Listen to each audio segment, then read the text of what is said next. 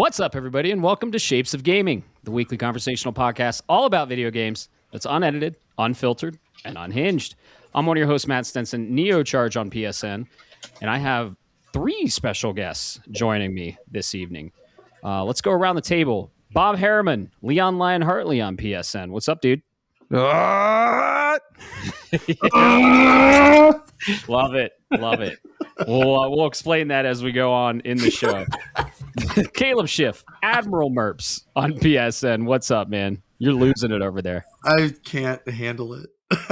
My voice is starting to feel a little bit better, and Bob may have just broken it again. Right? It's okay. I'm good. Yeah. How are you guys doing? We're good. We're good. This is kind of like a post-MAGFest, I don't know, cast, and we're going to talk all about it. And the third individual joining us, Alex Meese. Tell everyone your PSN name or your Twitch name or your Oracle card mic on Twitch, and you have many names. What's up, man? Nothing much. Honestly, just recovering post-MAGFest. Yep. It's been tiresome. It's been rough.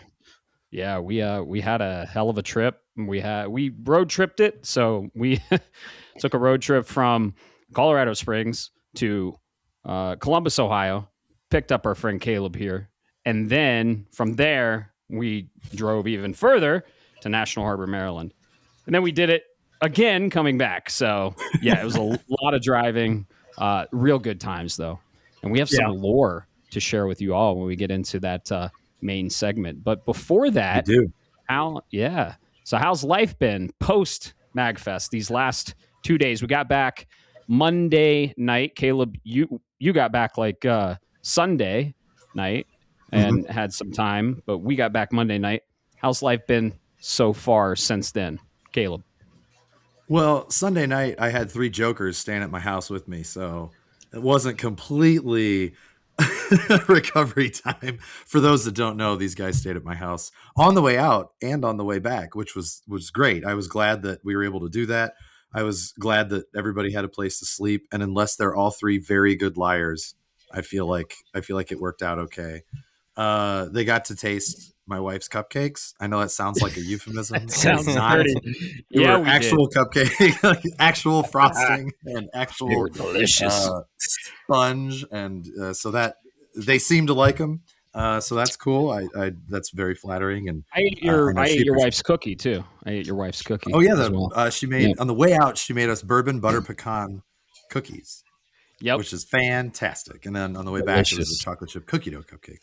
Oh my god! But hell of a baker. I have to say, to answer your question, the past couple of days I've been trying to reacclimate. Doing laundry, being an adult, paying bills, that kind of shit that nobody really enjoys doing.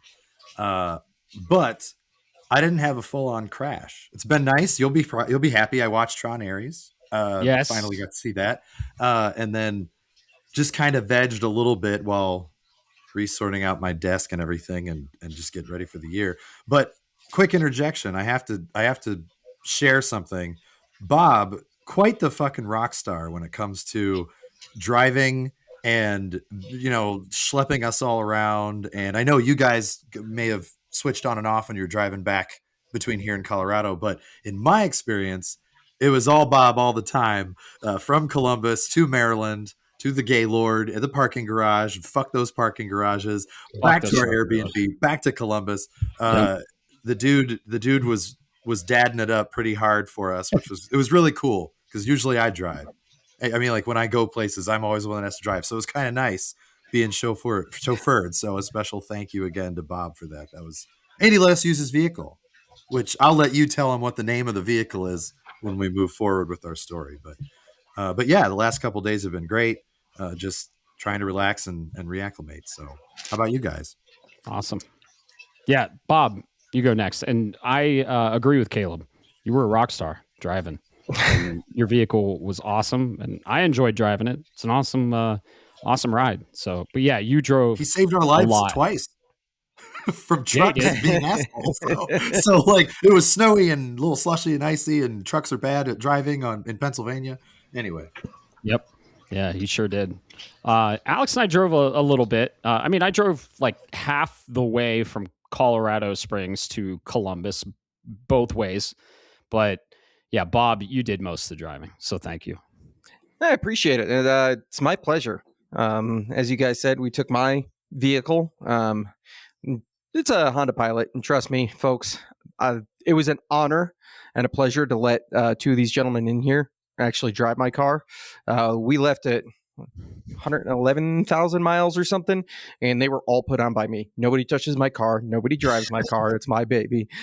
So my two co-pilots that did some driving on the way back, thank you, because I could have handled it all, but I would have never made it through MAGFest. I would probably not be making it through this podcast right now. So it worked out really well. But no, doing good. Finally got back home after dropping everybody off at their destinations, if you will. Got up, started adulting, made it about halfway through the day, crashed for 5 hours. Then I woke up and got right back to it. Enjoyed one last final MAGFest, if you will, day, because tomorrow people start going back to work and school and stuff. Right. I'm actually on the opposite end of you guys, where I haven't had a full recovery yet, but yet I'm rock solid right now. Full bricked. No, I could play games, maybe later tonight after we're done podcasting here and kind of go. Took Crystal over to, as you know, year of 2026. It's Purge year for me. And I gave her all of my Magic stuff and said, here, have at it. I don't care where it ends up, as long as it's no longer in my face. And she's been sorting through cards of value because I was ready to toss it all to the side. She's almost got enough in trade credit at our local card store to finish her Mega Evolutions Pokemon set to like master. Oh, yeah. She's at almost $900 in store credit right now. Holy shit! Does this include your Final Fantasy Magic cards? Nope. So my Final Fantasy, those are special, right? That's the thing I did. I took the Final Fantasy stuff that I have, one copy of whatever it is. That's in my binder. I've got like my promo card, a few other things that I wanted from the Final Fantasy set, and then two decks. Might be three, but they were the Final Fantasy decks specifically. And I was like, okay, everything else, bye. Now I'm just ready to podcast with three awesome roadmates and talk all about MAGFest. Hell yeah. Cool. How about you, Alex? We got in 5 a.m. on Tuesday morning? Yeah, and I did not go to bed until around 9 a.m. Tuesday morning. Shit. It's entirely the wife's fault. Context clues there. I won't say anything. Yay! No, nice. No, not yay. No. Not yay, as if the drive wasn't exhausting enough. Oh, fair enough. Yeah, so it's been fun. Been gaming a little bit here and there. Really just got the post-MAGFest blues or post-con blues that I always have when I finish a convention. Sleeping in until around 11 every day now. Unfortunately, I have to go back to work tomorrow, so that's going to have to end. Oh, man. Bummer. Yeah, I've been gaming. You guys didn't quite peer pressure me into picking up Final Fantasy 15, but I unfortunately had to do that. We gently influenced you. Yeah. I sorted a little bit through my Magic collection as well. I'm not going to do what Bob's doing because shiny cardboard is shiny cardboard, and I am a dragon. So my horde will remain a horde. But that's pretty much it for me. Nice. Okay, cool. Yeah, I got in around same time, 5 a.m. Tuesday morning. I fucking crashed, man. I literally just threw all my stuff and crashed and slept that day till about like 10:30. Wow. And thankfully, I had a late start at work. I'm back to work. Today was my first full day. But yeah, man, those post-convention, post-MAGFest blues, it's just a assault on the senses, like all the lights, the sounds, all the colors, all the different things. It's unlike anything really you've ever experienced. And then you come back and that's all gone and all the friends are gone. And you see so many friends that you haven't seen in like years. You, Caleb, we see each other, like every fucking 4 years or something. Like last year was an anomaly when you came to the PlayStation. You were here for us to watch that, but beyond that, It's been a long time. So yeah. And I had never actually met Bob and Alex in person, Right. only through the podcast or gaming or whatever. And it was awesome. Like, it really was an awesome time. And then all the people we met at MAGFest that you may have known, you guys might have known. I knew who Ryan was, and I had known who Carrie was. I didn't know anybody else. Right. I do now. Like, they're all great people. It was really, really cool to finally sort of feel initiated and ingratiated into the group of the MAGFest attendees. It was just that's the only real like downside to it being done, as you said, is that post MAGFest blues. But I think I had it a little easier because I played some of the music from. I mean, you guys knew the bands. I didn't know any of the bands. I mean, I knew their names, but so some of the bands that I got to see this year when I was doing my adulting and I didn't have to be on the phone, I was popping on some Bit Brigade. I was popping on some of the Arcadian, just the new guys and gals that I got to hear. So I think my MAGFest was tapering down instead of just like a hard stop. You know what I mean? Gotcha. Yeah. Weaning off of it a little bit. Yeah, pretty much. Speaking of MAGFest, Caleb. Yes. I've been doing that too, and I just want to say thank you. We can get this to later and more deeply, but my kids absolutely rolled their eyes at your high five. Excellent. Oh, my work here is done. One of them literally turned around and said, "I ain't dealing with your that Gen Alpha shit," and I was like, "Yes."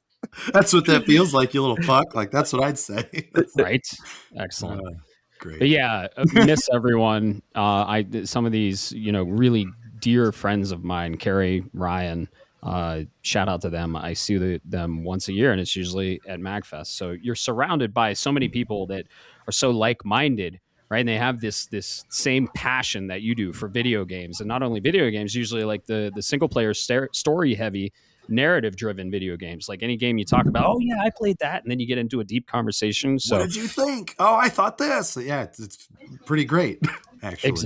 Exactly. So shout out to everyone we saw at MAGFest, and yeah, it's just you see these people like once a year, and you have so much in common, and then it's like 4 days, and then you're back to normal life. And in my case, I just come back and by myself. So that's been a little tough, and I miss you all. But Bob, we hung out today. That was cool. Grabbed some coffee and some breakfast. So yeah, the post MAGFest blues or exhaustion, and God, there's so much walking, and there's so much standing too. And I'm recovering from that too. But you know what helps with that? That's beer. And yes. Tell us what you're having. I need to know.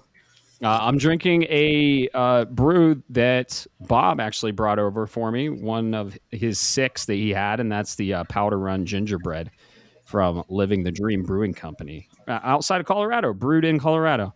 This is a cream ale with vanilla, ginger, and spices.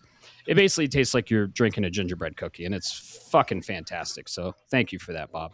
I'm glad you enjoy it, because when I first tried it, I was like, "Oh, this is a Matt drink right here." Yeah, that is a Matt beer. Yeah, that sounds really good. Yeah, it's an easy drinker too. It's light and it's flavorful, and then it just finishes with that gingerbread cookie. So really good brew. Thanks for sharing. Anytime, man. Yeah, cool. Are you guys drinking anything? Yep. Awesome. What do you got, Alex? Next volunteer, go. Yep. So I'm actually drinking Iron Maiden's Trooper Ale. Nice. Ooh. Pretty good British beer. It's kind of hoppy, but also very malty at the same time. Okay. It's pretty tasty. Cheers out here in the Springs will occasionally get 6-packs of it in. So, and the last time I went up to Cheers, they had a label for it. So I asked them specifically, I'm like, "Do you have this in the back at all? Because I can hardly ever find it." And they're like, "Oh yeah, we do." And they brought it out for me, and I took it home. And then this is the last one surviving. I've had 3 of these now today. Oh yeah, my 3rd one. What's the ABV on that guy? It's actually quite low. It's 4.7. Yeah, that's not bad. I mean, that what sounds brewery? delicious. Oh, And Jesus. Where is it brewed? It should say on the can. Yeah, While you're looking at it, Bob, you're drinking something, right? Yeah, Unicorn Brewery out of England. Oh, England. Okay, it's England. imported. Wow. Very cool. That's awesome, dude. I got to get some of that if you ever get some more in sometime. But Oh, absolutely. Yeah, No. I want to try that too. This one is coming back from Wibby, as you know, Matt. Last batch, not so great. Might have been the actual specific batch of beer. So I said, you know what? I'm going to give him another chance. And it is the Mahogany Lager, a amber lager aged on cherries. Oh my God! What? Okay, Yes. so Bob, I'm going to need one of those. And it is. If you look at this coloring for a lager, It's pretty dark. Yeah, it is. It's pretty dark. It is a heavier one. This is a 7.9%. It's almost an 8% beer. But you can get that cherry. If you know what real raw, like fresh cherries taste like, not the jarred shit, it's right there on the back end, on the finish, and it is so delicious. Very cool. That sounds amazing. So Yeah, I am drinking out of a giant chapstick out of it's a water bottle that looks like Only Burt's people Bees. could see. If only people could see, yeah, because I am still recovering from a bit of dehydration. But I actually wanted to take this opportunity. What the brown ale that you guys were so Dad Belt. nice to share with me? What's that? Dad Belt. Dad Belt. Why did I think it started with an M? Anyway, these guys brought me probably the last known growler of this stuff, right? I mean, am I describing it correctly for people that are actually connoisseurs? Yes, that is correct. We had a nice toast. It was when they arrived, the night they arrived, on our way out there. And it was really, really cool of them to do that because they don't fucking make this anymore. So I felt like these guys have been enjoying it forever, and they shared the last known drops of it with me, and it was quite good. So thank you again for that.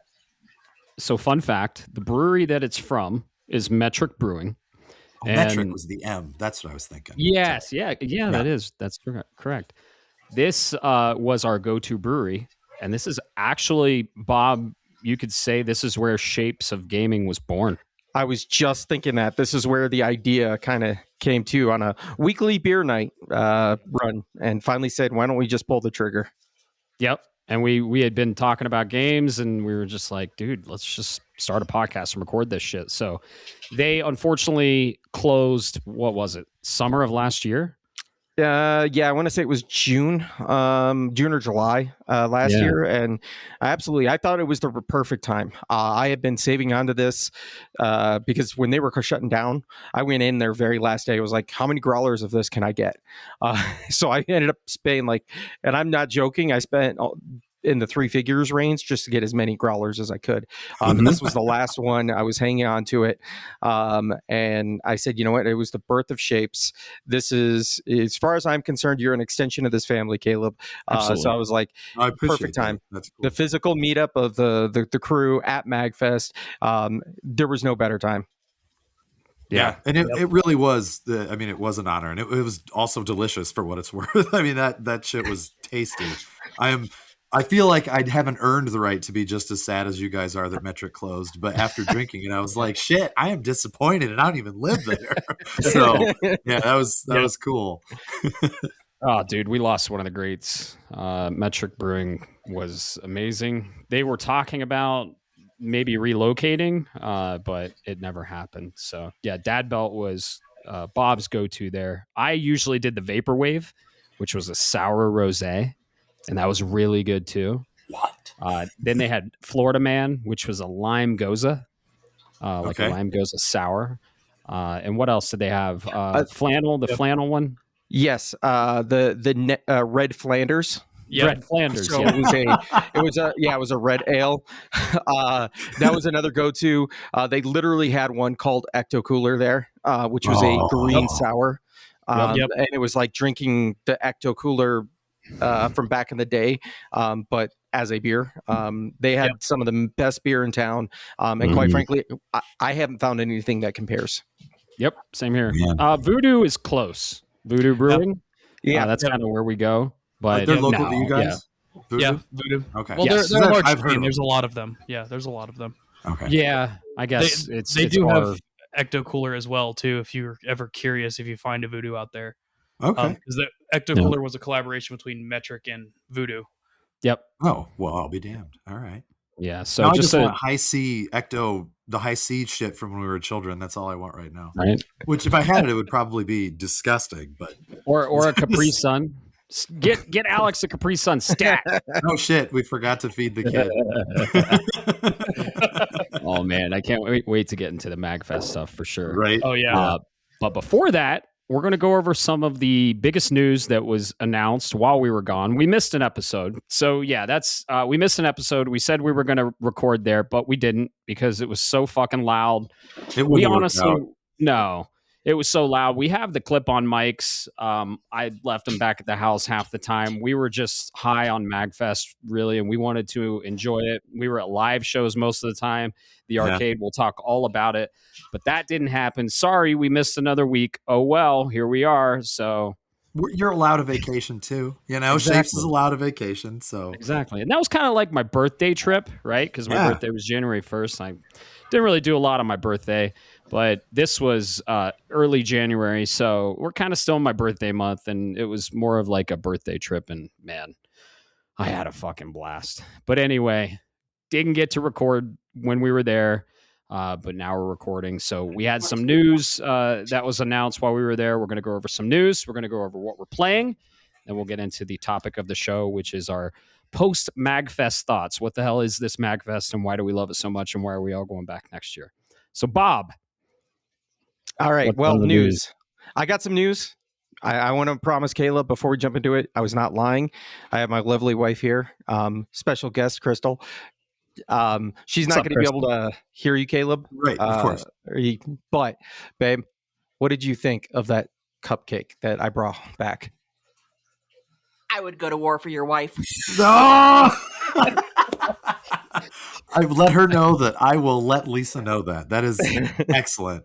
We'll be brother and sister in arms then if we have to go to war. That's great to hear. That's super flattering. Like that.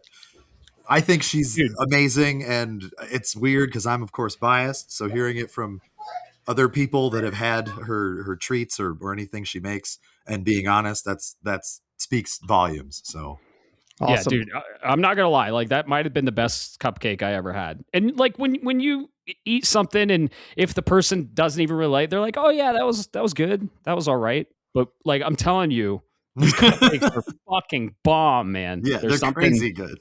Yes, they're so good. Homemade icing and I savored every bit of that cupcake. Describing I realize this is not the point of this cast, so I apologize for a small waylay. But the frosting on that chocolate chip cookie dough cupcake is the thing that actually blows my mind the most. Because texturally, it's almost like you're eating a cookie that's not a cookie. Like, I don't know how to describe it, but you guys finally had it. So you're like, it tastes like I'm eating a chocolate chip cookie, but it's frosting. I don't know how she does that fucking sorcery, but she does. And I mean, I really, really, I wish that she was a little bit more confident in herself because I feel like she could be the best baker ever. If that all she has to do is make like 6 cupcakes, and everybody would be like, "These are the best 6 cupcakes in the world." We don't have everybody else. You can't make these anymore. She's that good. Yep. If she wants proof that we love them, have her just listen to this part of the cast. I will. For sure. She can hear it directly from Bob's wife. Put it on loop when she's asleep. Put headphones on her and she'll wake up and be like, ah! All right. Anyway. All right. Sorry about that. No, it's good. It's great.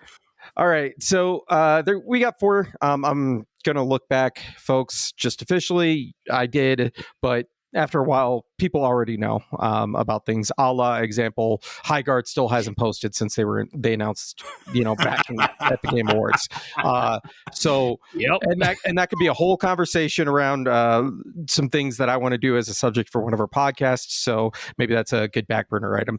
But this evening, starting from the couple of things that came out today, we'll start with the one that you guys were talking about, and that's Forza Horizon 6 may have potentially been inadvertently leaked its release date. If you go look, Xbox Era did an article around this, and it was coming from a user, excuse me, on Twitter, posting an image from in-game of Forza Horizon 5 with accidental pop-up that let everybody know you can pre-order Forza Horizon 6 coming out on what day was this, gentlemen? May 15th. 15th for early if you pre-order the Jesus edition, and then the 19th for the normal release, the street date, which is Lisa's birthday. May 19th is Lisa's birthday, so that's why it's easy to remember. She's gonna be pissed. I mean, I'll pre-order the crazy edition and play it on the 15th so that I can take her out on her birthday. I'll do that for her. He's gonna buy the deluxe edition harm so he can avoid the birthday. Yeah. I mean, honestly though, all the Forza Horizon DLCs that have been included with the premium edition none of them have disappointed me since Forza Horizon 3 when I started. So I will pay that money forward and not even feel bad about it to them. They're top tier. I mean, you guys, when you were here, you got to play the Hot Wheels expansion on 5. And that was super awesome. So anyway, I didn't mean to take that from you. It was her birthday, so I remember the date. No, that's good. Thank you. Keep it pitched over to you since you're the Forza expert, and keep that rolling here. We played Forza Horizon 5 at your house. Amazing game. If you remember, 5 million units were sold or something like that on PlayStation this year alone, which kind of beats damn near the lifetime sales of the Xbox edition. So it looks great on your panel. It sounds like you're a day one purchaser. You were correct. Day one. Inside jokes, folks. We'll get there. We'll get there, dude. I've been curious about Forza Horizon the series since 4, and of course it's been stuck on Xbox and then 5. Yes. That was originated by Ryan Barrett. He's the starter of that lore, and that happened at MAGFests, which we'll get into. But yeah, he's got an audio of it. But what I played of 5, had a blast, and I'm very excited for Forza to go to Japan.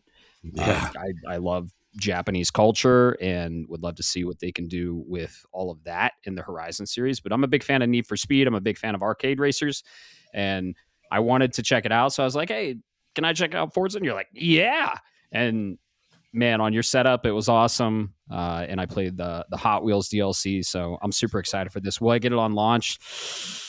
It comes out at a pretty bad time. I don't know. Yeah, it is a busy time, maybe, but I'm very interested. And holy shit, what a misstep on Xbox's part for essentially leaking this, announcing it 1 week earlier than it probably already should have been announced, because we know we're getting Forza Horizon 6 content and news January 22nd at the Developer Direct. So someone, I don't know, when they were coding this or releasing it into Forza Horizon 5, they just went back 1 week. Whoopsie. Someone hit the wrong button. They clicked on the wrong part of the calendar. Exactly. Oops, Yep, it happens. But this seems legit. What do you think? No. I think it seems legit. I mean, we kind of expected it anyway.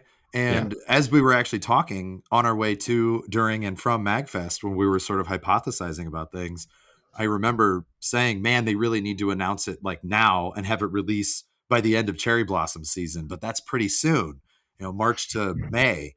And then we got news that they were going to do the Developer Direct on the 22nd. And I thought, oh, that'd be sweet. And we weren't really sure. And then we got news they were going to at least address Forza Horizon 6. So hearing this release date being May 19th or 15th, if you buy the crazy edition, that's incredible. And it's right. I mean, it would be foolish to wait any longer. Plus, one of the things that I think is really smart, as much as I love Summer Games Fest, getting ahead of Summer Games Fest with an actual release, you're playing something for a week or two, hyping up before Summer Games Fest, in between the showcases that you might not care about. You can jump back into Forza Horizon 6, at least from the other Forza Horizon games. Yes, they're meaty, but you can get on, do a couple races, drive around. I don't know if it's going to be in Tokyo or wherever in Japan, but in the 5 where you're in Mexico, and in 4 you're in the UK, 3 you're in Australia, it was fun to just get on and drive around and be like, can I smash some boards? Can I try some silly stunts? Can I do some speed traps? Like, it's such a game that you can get lost into and also put down when you need to. And I think Beautiful. for the month of June, for all the game announcements and the Netflix, I think they do their thing for 3 days in June sometime, and some of the other. Basically, it's a big month for media, and I think it's the perfect time to come out at the end of May and just sort of get out of the way of Summer Games Fest and let people have fun, and then get excited about the other stuff that's coming out. So I think it's very legit. I do kind of wish that they got to announce it on their own terms, but whatever. It's more exciting that the game's coming. I don't give a shit. I hope it does well. I hope we all get it. I hope it has crossplay. That I don't know. Oh yeah. I don't know if it'll have crossplay because I know it did for PC and Xbox. Now that the PS5 version's out for 5, I honestly don't know. Do you guys know? Have you looked? You probably wouldn't have even looked into that. So I'm not sure. Well, I think we'll find out January 22nd, which is the developer direct, which we will be covering because it's not really an Xbox only thing. It's going to be multi-platform. I mean, they said they're talking about Beast of Reincarnation. They're talking about the new Fable. I think all of these games at the developer direct are going to be day and date PlayStation 5. Yep. And that's where I was thinking to take that further. Like you said, Caleb, I think this is legit. I agree with you both, because if you release it, then you're going to end up with everything. Like, you're going to be, hey, we're announcing Forza Horizon 6, and May it comes out. People start playing it. They start remembering, oh man, this is a great game. And everything that gets announced in January also will then catch everybody's eyes, because Summer Games Fest, remember, typically has an Xbox Direct attached to it that weekend. So, and everything we know is going to come to PlayStation. So all you're doing is your Xbox is all right, hey, we don't need to use our hardware anymore. We just use the power of our software, and you leverage the power of the competitor and just rake over money. Just rake. If you get 5 million sales on Xbox or 2 million sales on Xbox and others are Game Pass subscribers, and then you compound it with another 5 to 10 on PlayStation, you just basically walk away with good money. You only get 70% of the rips, but you still make a lot of money. It really is good business. It at this point, especially because Xbox has been hemorrhaging with their hardware sales. I mean, stores are taking the Xbox off of its shelves because it wasn't doing so hot. And this is not a dig against Microsoft or Xbox, but I feel like they kind of figured out now we should just be a third party. We should just run it all. Like try to talk about everything. Let everybody have fun on our platform. If they want our hardware, great. If they don't, we're going to give it to them anyway. I just think that's the smartest thing to do.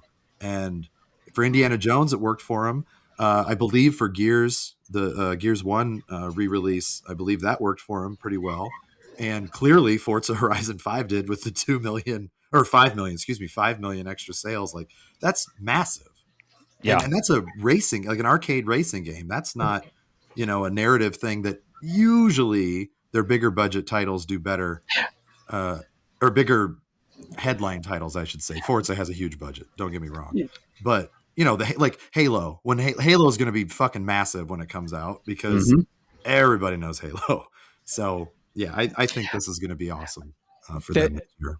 You're right, because that was my next thought on that. You take that, you give more details about Halo, and you say, hey, it's coming September, right before GTA and everything else hits, maybe August, somewhere in that frame, and everybody's still got that in the back of their mind. Boom. Now you just leapfrog another bajillion copies sold from us over at PlayStation because we haven't played a good Halo game in 15 years, right? Right. Yeah. On exactly. PlayStation, yeah, pretty much. Yeah. And if it releases mid-May and then we have Summer Game Fest mid-June, could we potentially see a DLC announcement at Summer Game Fest? Are they might announce a DLC and say, not coming until October or something. Yeah. But they might actually showcase something, because it'll be 2 to 3 weeks, let people get excited about it. And I know this is kind of a no-no generally for us, where it's like, if the DLC is made concurrently with the game, why isn't it just included in the fucking game? Like, yes, we've had that conversation many a times. But they're one of the few that give you the full package and then some free content updates all the time. The DLC really is, if you love our game so much, here's more for you to do, but you would not be left out if you just bought the base game and said this is enough for me. So Okay. I don't really mind when they do it because I get my money's worth and then some. I mean, you guys saw my playtime on Forza Horizon 5. It's Yeah. like the reason I own an Xbox. Like this was, I mean, before it was multi-platform. Yeah. So yeah, I'm not upset about that, and it would be cool if we could see a DLC, at least a teaser, Right. for an expansion pack. Right. And now you can edge on Forza Horizon 6. Yeah, that's the weird part, though. It's going to be so difficult for me to choose because I'm just so used to it being an Xbox thing, and I have the Elite Series 2 controller.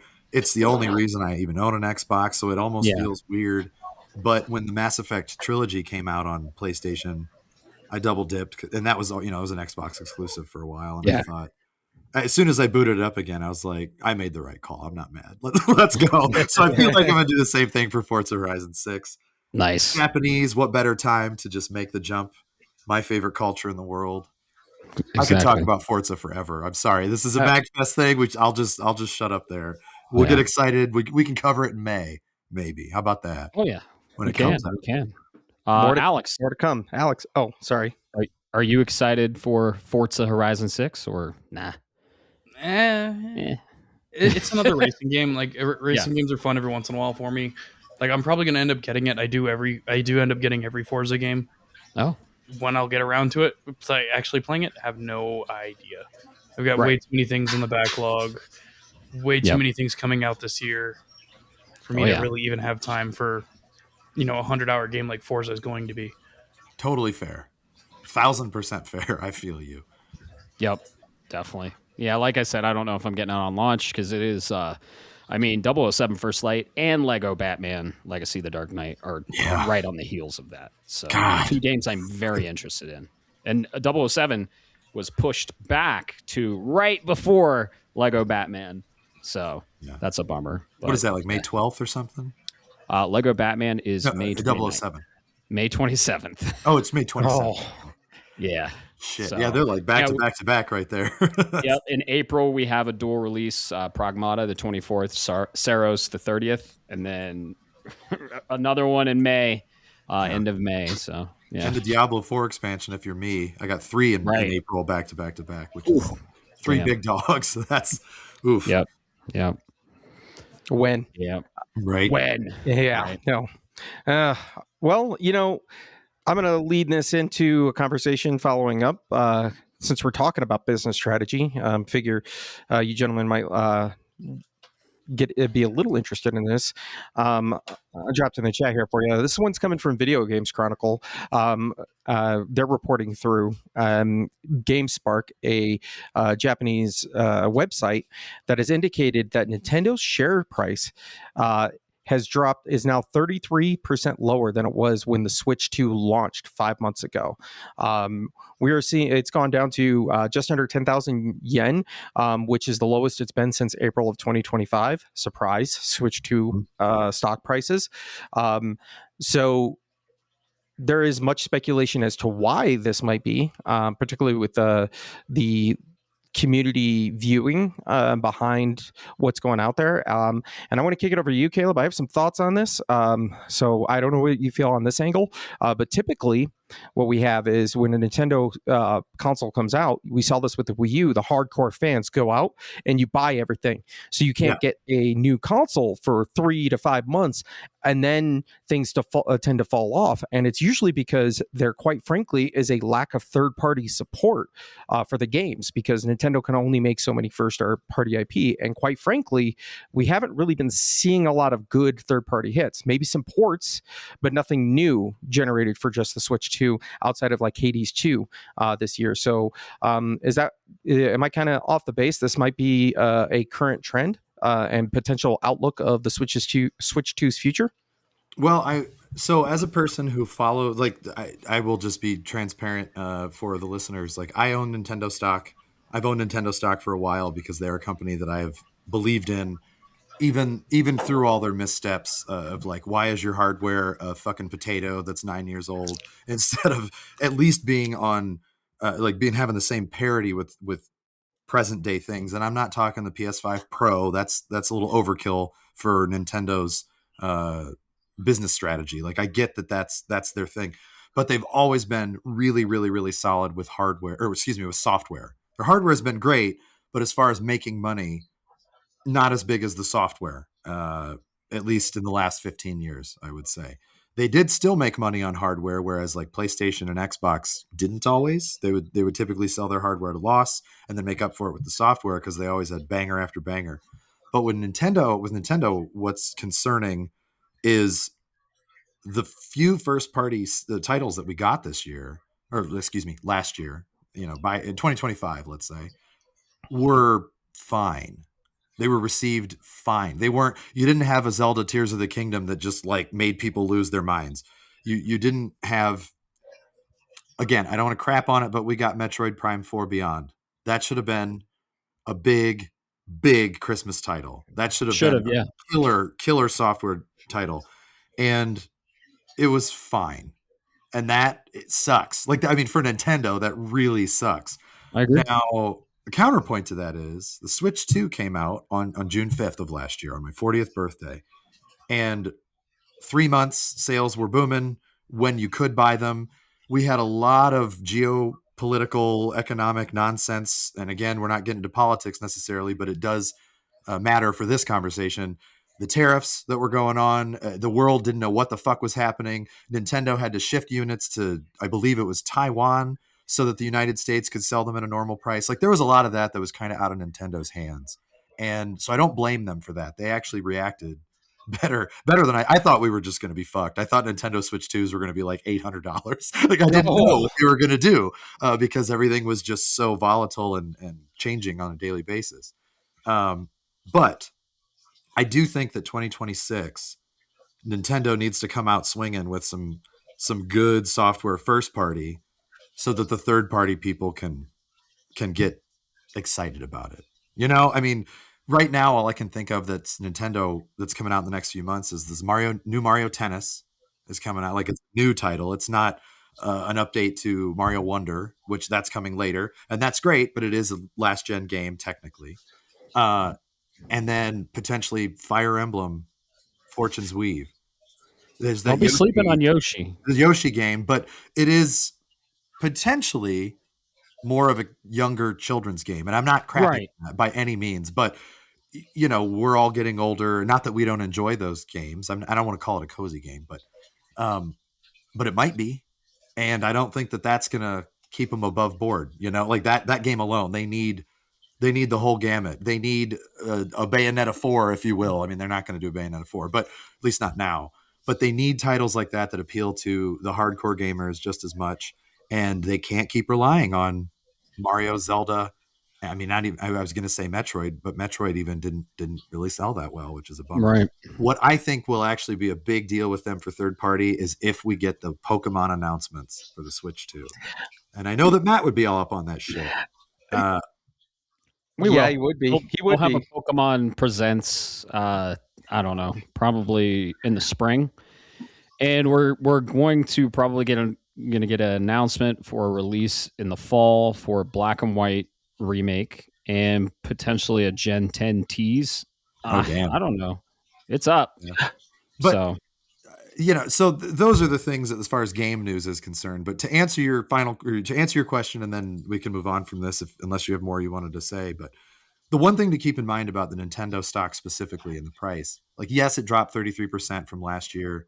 I don't remember the date you said, but it's still up for the last, I want to say, like 7 years or something. Nintendo's share price years ago was high enough that they ended up doing a split. And if memory serves, I think it might have even been a 10-to-1 split. So for every share, or, if it was $100, the price would have dropped down to $10 and you would have gotten 10 times the amount of shares. So the valuation didn't change, but it was enough for new investors to try to get in. And that's how the most successful companies grow, is they do that because they keep it appealing to, it's easier to look at something that's $10 a share and say, I'll buy 10 shares of that for $100 than to say, I'll buy 10 shares of that for $1,000 or one share for $100. You're not going to do that as often as you would. I mean, I don't think so. I just think it's sort of like if you go to the store and you see 1 for $5 or 2 for $10. It's the same price, but psychologically, when people see 2 for $10, they're like, "Oh, I'm getting a deal." That's kind of kind of how that works. But Nintendo's share price, when it went down to just under $10 after that split, it's up. It's around 15.33 or 15.50 in American dollars. So it's still very positive. It's positive growth. They have a very strong dividend. So when you buy Nintendo stock, usually you're in it for the long haul. You want to make your money, the passive income. Not to say that it's bad to sell it. It's just, yes, it was up to like $21 or something, and now it's down to around 15. But you also have to remember, Nintendo's not going anywhere. I mean, how many times have we thought, "Oh, they fucked this system up," or the Wii U? There are 7 games on it from Nintendo, and that's it. Like, there were not many. Nintendo is one of the fighters. They're going to be around until some idiot ruins it for them, and I don't think we're quite there yet. I still have a lot of faith in Nintendo. So yes, they're down, but they're still great. I mean, I still have my Switch too. I downloaded the Dragon Quest 7 demo on it. Runs great. Matt's been playing it. He's probably sitting on if they fixed that middle lull in that game, it's going to be above a 90. I'm calling it now. If they didn't fix it, it'll still be like an 85 or above. But I think if they fixed it, which it seems like they did, that thing's going to be like a 93. Like, that's awesome for him and for us as Dragon Quest. Oh yeah. So don't sleep on Nintendo. Don't sleep on the Switch 2, even though if you're mad at it now, you have every right to be mad at it. But I think they're going to have some releases this year that are going to surprise us. We'll get some Nintendo Directs. Yeah, we should. And then Matt, you'll get your Pokemon games. All you sneaky little draft guy. I saw what you did there. Yep, I picked those up, and then my main draft was the 3D Mario, which I truly believe we're going to get Super Mario Galaxy 3 this year. It'd be the perfect time with the movie coming out. Oh, that's the other thing with Nintendo stock. The movie, I mean, it's not made entirely by Nintendo, but Nintendo IP is going to make some money on that. So just throwing that out there. But as a gamer and in my personal experience, I really haven't touched the Switch. I mean, there's the year in review 2025 for the Switch now, Nintendo. I put maybe 100 hours into the Switch for the entire year, and I played mainly Switch 1 games. I don't own a Switch 2 game, and I've had the console for going on 9 months now. So it's a little concerning. I do want to play Donkey Kong Bonanza, but it's just it didn't catch me. It wasn't a system seller. I really just wanted to play Echoes of Wisdom in 60 frames locked, which it is. It runs beautifully on the Switch 2 now. So, and I played Pokemon Violet.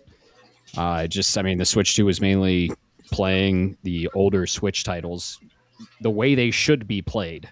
So hopefully Nintendo surprises us and we get some announcements this year. They gotta release some shit to prove to me and everyone else that owns a Switch 2, hey, why do you have the Switch 2? Where are our killer apps? Where are the games? So we'll see.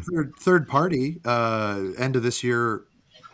I know for the draft, we're all hoping maybe late or maybe early next year instead of late this year. But the From Software game that's coming, that'll be a big. We haven't heard anything about that. Be a big test for this. I mean, it is early; it's only January, but it'll be a big test for the Switch 2 and how people take to it, because that's an exclusive, right? It's not coming to anything else. Yeah, exclusive From Software, Dusk Bloods. That's a big deal. From Software, they move units. I mean, even if you're not a fan, you can't deny that From Software knows how to develop games for the right audience. Right, but I mean, look at the Elden Ring port that they're trying to do for the Switch 2. You mean the Tarnished Edition? The Tarnished Edition. Greatest name. I know. It's so good. That got delayed indefinitely. I don't know when. I haven't heard about it in a while. So yeah, I think they're having a hard time developing on the Switch 2, and Duskbloods. We'll see. It's my counter pick, so I'm kind of rooting against it. And I don't like the PvPvE, but I don't like rooting against any games. I hope all video games succeed, except Highguard. But no, I mean, as two of the three of you are my fellow competitors in the draft, And we won't get into how Mason fucking lied to me and ruined my draft. Oh, yeah, I'm calling you out, you bitch. No, just kidding. But I would happily get last place if all of our games did awesome.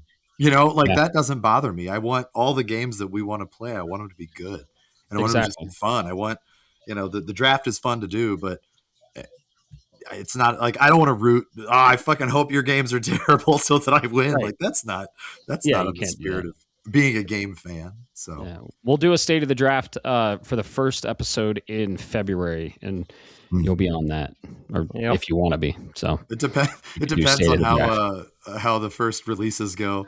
If my first 2 releases are bad, then I'm just. I already told you guys my plan. So that'll be the surprise. Oh, if I can't win, nobody will. No, I will win. I will just win by a different set of rules. There you go. Well, I guess, I will simply one last thought for you, gentlemen. Sure. It is an interesting inflection point because I did look, I don't know if you saw this today, but the top 25 top downloaded games on the PlayStation Network from 2025, while it came out soaring with everything I've heard about it is great, but is not on that list, and it goes through like the top 20, was Elden Ring Night Ring. So if that one struggled to make the downloads list, it's kind of interesting to see how Dustbloods does on the Switch too. So the future awaits on that regard. It's going to be exciting following everything. We got another... It sounds like we have another awesome, exciting year ahead of us. So, yep. I got fucked. I'm just calling it now. I got fucked. It's all Mason's fault. Oh, poor Mason. He's going to hate you for... Well, when he comes on as a guest, he can talk shit to me all he wants. It's fine. There you go. But he can't defend himself. He can't. He lied. He lied 2 years ago. It's all good. Matt, I'm going to leave this next one for you, man. Chose this specifically for you. This came out today as well, being coming from Game Informer. So we have our Kratos, our new Kratos, if you will. The announcement came out today. Why don't you take it away? Because I know you love God of War, and I have a feeling you've watched Sons of Anarchy. Sure, I've watched it, didn't finish it, but I love the God of War. I know I love the God of War games. I'm a little hesitant on the God of War TV show, the adaptation. Adaptations are sometimes hit or miss. The best one we've had was animated, and that was Castlevania on Netflix. The amazing, it's an incredible anime based off Castlevania. But yeah, Amazon Prime series adaptation of God of War got their Kratos, and it is Ryan Hurst. That's wild to me. It is. It's wild that he's the one. Yeah. Famously known for the Sons of Anarchy, and he was actually the voice. This is what excites me because he knows the material. He was the voice of Thor in God of War Ragnarok. So he's big. He's 6'6". He knows the source material, so he had to read the script for Ragnarok. He probably played both games, God of War, maybe even the games before that. I hope he does, to get a sense of who Kratos is and what he stands for and how he should act as him.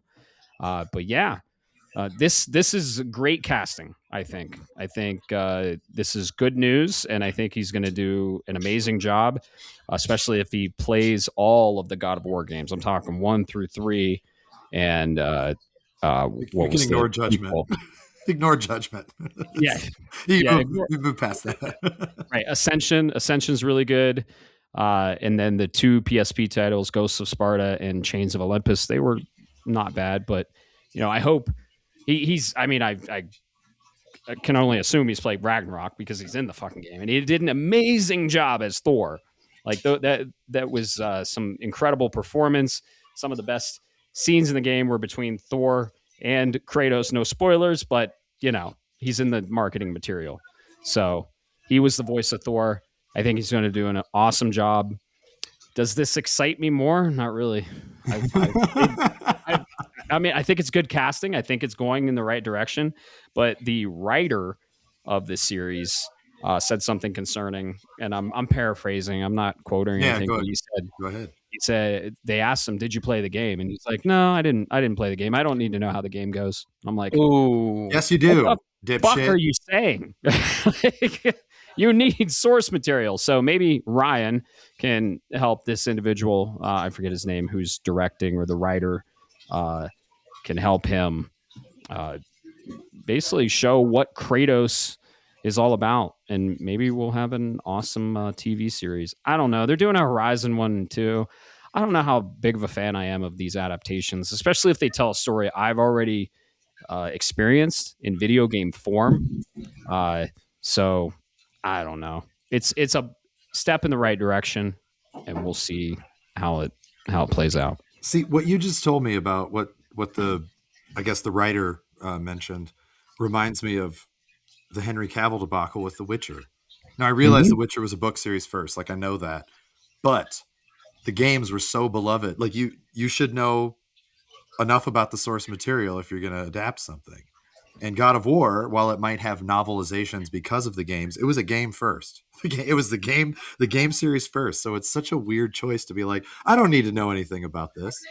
Like, why do people do that? I don't know. It's like me. I'm gonna go over to Ukraine and start telling the president what to do in war because I'm qualified. Like, what? Oh, I don't need to know anything about your country or your history. I'll just tell you how to go to war with Russia. Like, that's the weirdest shit to me. Right. Like, why would somebody make that statement? But I don't know. Like you said, the casting.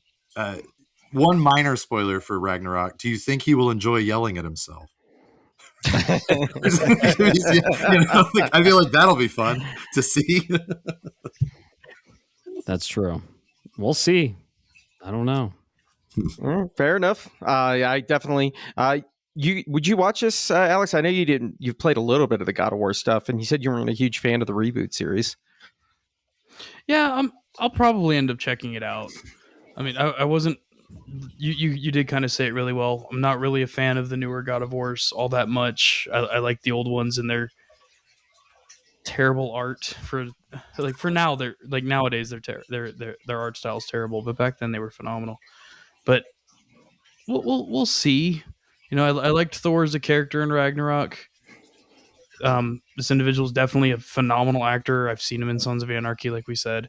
I love Sons of Anarchy. So we'll see. The writer never playing the games, they're not wanting to play the games or knowing the lore of the games is really concerning. But we have had it's either the writer or the director. We can confirm that if someone wants to. It's one of the two. Someone involved in the show. The creative process. The creative process that said, "Oh, I don't need to know the games," and I'm like, "Oh, is it Prime? Fucking, is it Prime Video that this is going on? The live action? I don't remember. Yes, I believe so. Okay. Yes. Yeah, and when, you know they have a good production value, whether it's good or not, like enjoyable or not. The money is there, so at least the visuals and the teams required, unless they completely drop the ball, should be pretty good. So that's at least one leg up. Yeah. And this could also be a situation. This could also be a situation where there's enough people on the cast or part of the crew and everything that know it, that the writer or producer, whoever this is, might not actually need to know as much. Yeah, it was the showrunner, writer, and executive producer Ronald D. Moore. It's Ronald D. Moore?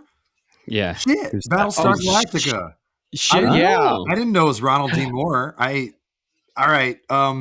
I will yell at him as a fan. I'll be like, dude, you need to know what you're getting into. He is a very, very good creative director. Like his creative lead that alleviates a lot of shit for me. He knows how to make good stuff. Yes, Battlestar Galactica, the reboot series, is probably in my top sci-fi shows. Like it's in that conversation. So if he actually puts his focus onto it and studies like he did for the reboot, I think the show will be just fine. Maybe Kratos will go to space because he's done Battlestar and he's done For All Mankind. He's really good at space stuff. Maybe this will be the secret third locale. We were all wrong when we thought Egypt and Japan. It's going to fucking Mars. Kratos goes to Mars. He is the god of war. Mars is the god of. I'm just saying. Yeah, I'm just throwing that out there. Mars is the Roman god of war. Yeah, makes sense. Yeah, you crack the code. I did crack the Ronald D. Moore code. Yep.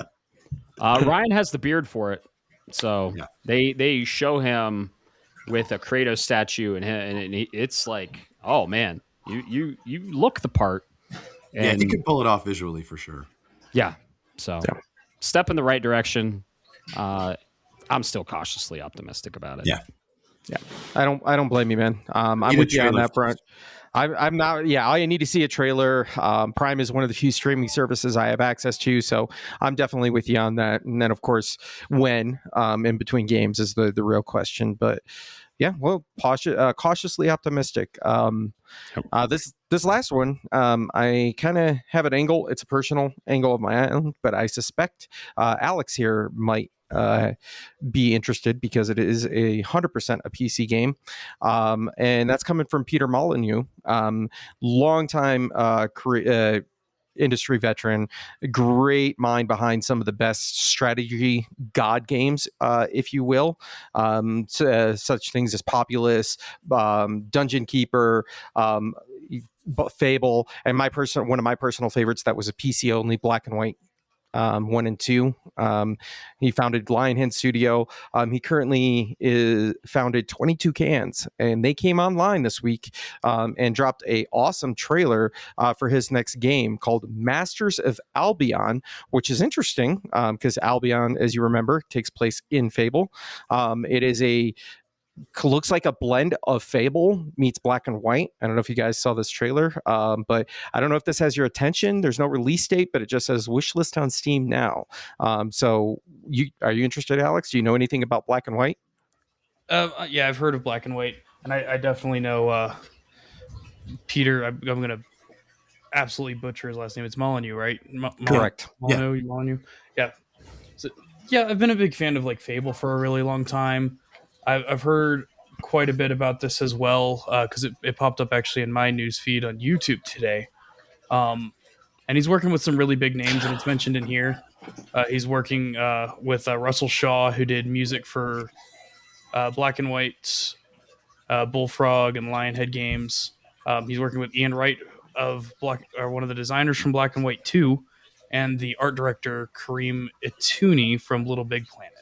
Oh, so we actually do have some really big, prominent names here. So this could shape up to be a really, really, really interesting game.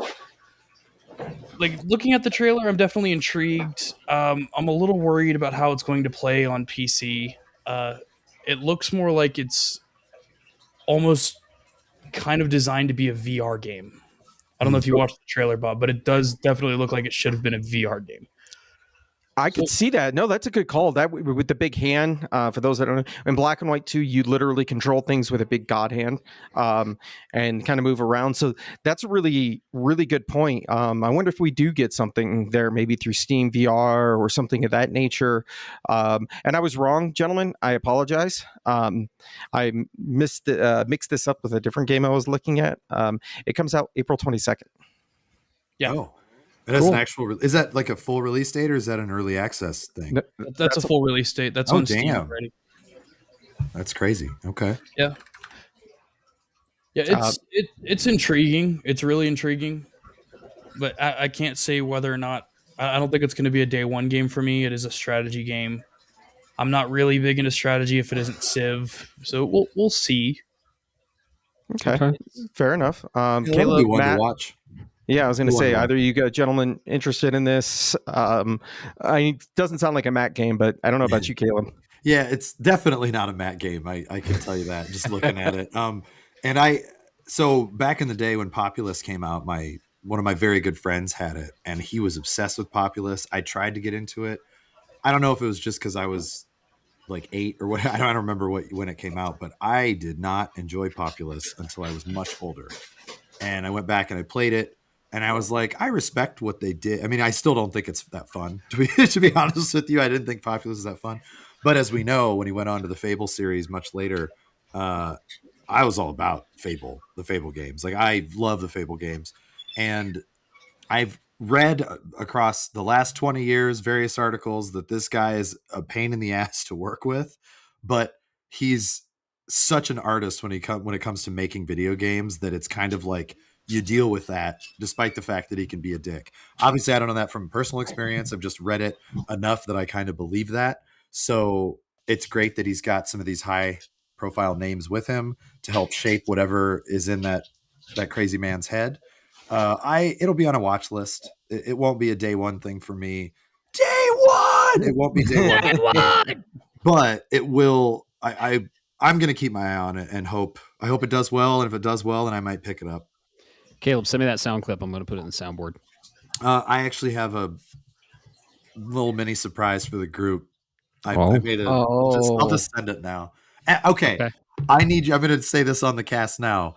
I need you guys to text the MAGFest group and ask me are you excited for Resident Evil? Are you excited for Dragon Quest? Like, I need somebody to I'll do Dragon Quest. Respond day one, and I will do it, and then you will have you'll be able to see it. So I'll do Dragon Quest. Yeah. But while we do that, is that so? Yeah, this isn't a Matt game, unfortunately. No, but yeah. So is that what we have for the news? Yep, that is it for this one. But yeah, that's this week. We'll get back into more heavy stuff next week. So speaking of Matt and games, it sounds like day one. Sounds like you've been playing something you're ready to get. Day one! Day one! Yes. Day one! Let's get into the games we're playing. I can kick it off if you want. So let's start. On the way back from MAGFest to Caleb's, I had found out, there's a Dragon Quest demo out for the Switch 2 and PS5. I had my Switch 2 with me. I was like, well, fuck. I'm going to download this demo for Dragon Quest 7 Reimagined. And I finally played it. I played some at Caleb's. Not a lot because we were, hanging out and I didn't want to be buried in my fucking Switch. And then I played a lot after I was done driving to fucking Kansas from Columbus. I played a little in Kansas. And I got to say, so I played Dragon Quest 7 Reimagined demo on Switch 2. And dude, I'm very, very excited for this game. It has a lot of trappings of 11. It looks incredible. The graphics and the presentation are awesome. The little characters, they actually made the little characters like physically because the creator said they look like dolls, and of course the art is from Toriyama. God rest his soul, rest in peace. And they actually made these little dolls and then put them in the game, so everything is so. It's so detailed, and the fabric is detailed, and all of the locales and the city and the little towns are all extremely detailed. They look like dioramas. I think they streamlined a lot because I was in battle probably 15 minutes through the demo. I skipped a lot. I'm going to skip everything during the demo because I'm going to really take it all in the main game. Sure. But yeah, it reminded me a lot of 11 and not 3. I'm not a big fan of the older Dragon Quest games. I'm a big fan of the quality of life stuff they brought with 11. It looks like they brought a lot of that quality of life stuff with 7. I love the characters. I don't really know what's going on in the story because I skipped a lot of the cutscenes. So I'm going to save that for the final release on February 5th. But I got to say, man, this demo is getting me more and more excited. I didn't even finish the demo. It's like 3 hours. I've gotten probably 2 hours in. And then I wanted to see how it ran and looked on the PS5. It's way more detailed and runs in beautiful upscaled 4K and 60 frames on the PS5. I was pretty impressed at how it ran and looked on the Switch 2, but boy, oh boy. And I was playing in handheld mode, right? I haven't docked it and played in docked mode yet, but I was impressed at how it ran in handheld mode on the Switch 2. But my God, when I fired up the PS5 version, oh, dude, this is the way I'm going to play it. Of course, I have it for sure. Pre-ordered. Yeah, have it pre-ordered, and I'm getting it day one. So I couldn't be more excited. I'm still determining what I'm going to play first. We just got off of a Souls-like fucking kick your ass game, and I don't know if I want to get back into one, which is Neo 3. It's just it really like Neo 3 releases the day before Dragon Quest 7 Reimagined. I have Dragon Quest 7 pre-ordered. Neo 3 will probably be a digital game for me, believe it or not, Yeah. kind of like It's Borderlands online. was. Yeah, it's Yeah. online and it's would be my multiplayer game along with something else I'm playing. But I don't know, man. It's all going to depend on how I feel at the time. And dude, I am ready for a nice sit down, cozy game, which will be Dragon Quest 7. Look, I I can, can try to help you make this decision yeah, other than your feeling, and I'm yeah, not leaning you one way or another. You played Neo 2, right? Like when it yes, came out. Did you play it at launch or did you play it a little no. later? Played a Okay. little later, I believe. So I don't. Maybe you know this. Maybe you don't. I don't. My question for you is: when Neo 2 launched, how many patches was it until it was like stable and playable? Was it good Quite a few. from day one, or Yeah. like for Neo 3? Do you think it's going to be good from day one, or do you think it's going to No. take a week or two? So that I would probably lean towards Dragon Quest solely for that reason. Give it a week or two to sort of work out the bugs, and then you can jump in after Yeah, you've the sunk your only teeth thing in. with that, I'll miss the boat because everyone's going to be playing it day one, and everyone will be like, oh, that's old news. So I do want to wait for patches and everything. So if I wait for if I don't play Neo the first week, I'm not gonna play it probably because people will already be playing it, and Neo is really fun with other people. So if it's just I'm not playing, I'll tell you what, I'm not playing Neo 3 by myself. I tried Neo 2. It's just Neo 3 Neo as a game series is way more fun to play with other people. So yeah, I don't know what I'm gonna do. I will say for you, I can help you with that decision a little bit more. I played Neo 2 not day one, but like right after launch and didn't have any issues with it. I played it by myself though, and that game became a hardcore Souls game. It's more fun with multiplayer. Unless you're in a hardcore Souls mood, we're talking like Sekiro, Dark Souls 2 level of shit, right? It gets really tough. I am more inclined to get into a cozy game, and I've got another game that I've been looking into, haven't gotten a chance, but I'm probably playing it afterwards. That's in the HD 2D engine. It sings, so I get it. If you held out on Neo 3, I could easily miss out on it myself, and then when you're ready, I'd be happy to jump back in, and we can at least do it similar to the other game you've been playing, or we have been playing it this week. Yes. Before I get into that, though, yeah, it's so charming. Dragon Quest games are so charming. They are like little cozy games. And everything I've seen in this game, they don't really go into the job system a lot. You're stuck with the jobs you have. But I haven't finished the demo, so I don't know if they're going to unlock that. Probably not. But I can see myself build crafting in this game and really just diving into all the mechanics it has to offer. So yeah, the character models, the enemy models, they look just so cool, especially on PS5. Everything is so shiny and detailed, and they look straight out of fucking Pixar movie. So I don't know, like Dragon Quest, it looks better than Dragon Quest 11, honestly, if you can believe that, because Dragon Quest 11 looked phenomenal. So I couldn't be more excited for this game. The demo, I mean, I was already sold. I just wanted to kind of see what I was getting into. Sure. But it just makes me even more excited. And yeah, we're playing a Souls-like game. We played Remnant. We finished it and we platinumed it. So we finally platinumed, gentlemen. it. Yeah, we had some trophies to clean up, and man, I had a blast with that game. It was getting a little long in the tooth. It was like I put 59, 60 hours into that game. I don't know how much you put in, Bob, more than me, but it was getting a little long in the tooth, a little repetitive. I mean, it is a roguelite, Souls-like third-person shooter. So with that roguelite element, you do re-roll stuff and you go through the same stuff, trying to roll specific areas. But yeah, it was starting to wear out its welcome, and I'm glad we finally put that checkbox in there and we got the plat. So put that on the shelf. And what's next for me? Shinobi, Art of Vengeance. Shinobi, okay, good. It's about time. I hope you love it. It's good.